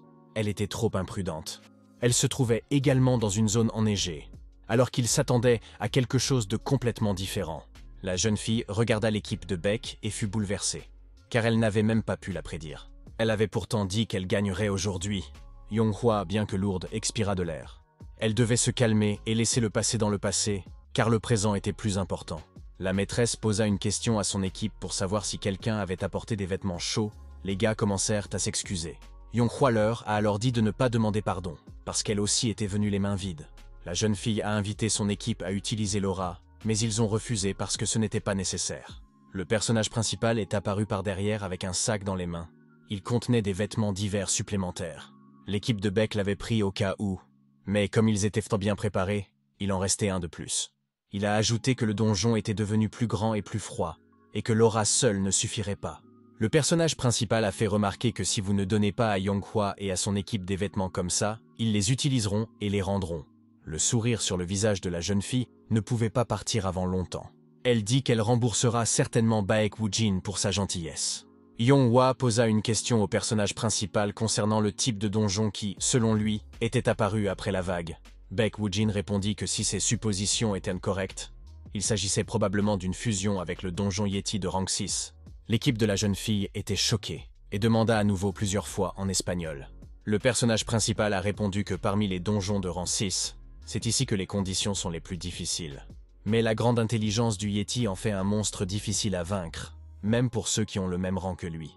C'est dans une telle situation que se trouve la tactique qui a le plus de chances de survie. Yonghua a demandé s'ils pouvaient s'unir en une seule équipe, car il serait désormais préférable d'agir ensemble. Il a répondu que s'ils se battaient sans interférer avec notre entraînement, la jeune fille est choquée que Baek Woo-jin veuille forcer les équipes à se battre. Le personnage principal dit que de toute façon, cela a été planifié et discuté dès le début. Baek Woo-jin comprenait parfaitement que c'était dangereux et que les gars pouvaient être gravement blessés. Comme le disait Yonghua, les choses n'allaient pas bien. Mais, d'un autre côté, les gars peuvent affronter des monstres bien plus dangereux. Même si, en fait, cela peut permettre d'améliorer rapidement les compétences d'une escouade d'épéistes. La jeune fille ne comprenait pas comment l'équipe de Baek Woo-jin pouvait commencer à s'entraîner dans des conditions aussi difficiles. Elle se disait qu'elle n'était même pas proche d'eux.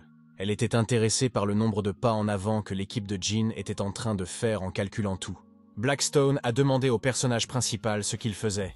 Après tout, il communique trop bien avec Yonghua, ce qui est loin de son esprit. Il ajouta que le personnage principal ne pouvait pas être aussi gentil avec elle uniquement s'il n'était pas sûr de quelque chose. Le personnage principal a souri, a écarté les mains et a dit qu'il n'était pas non plus un craqueur rassis. Blackstone a froncé les sourcils et a dit que c'était la chose la plus suspecte qu'il ait entendue de sa part.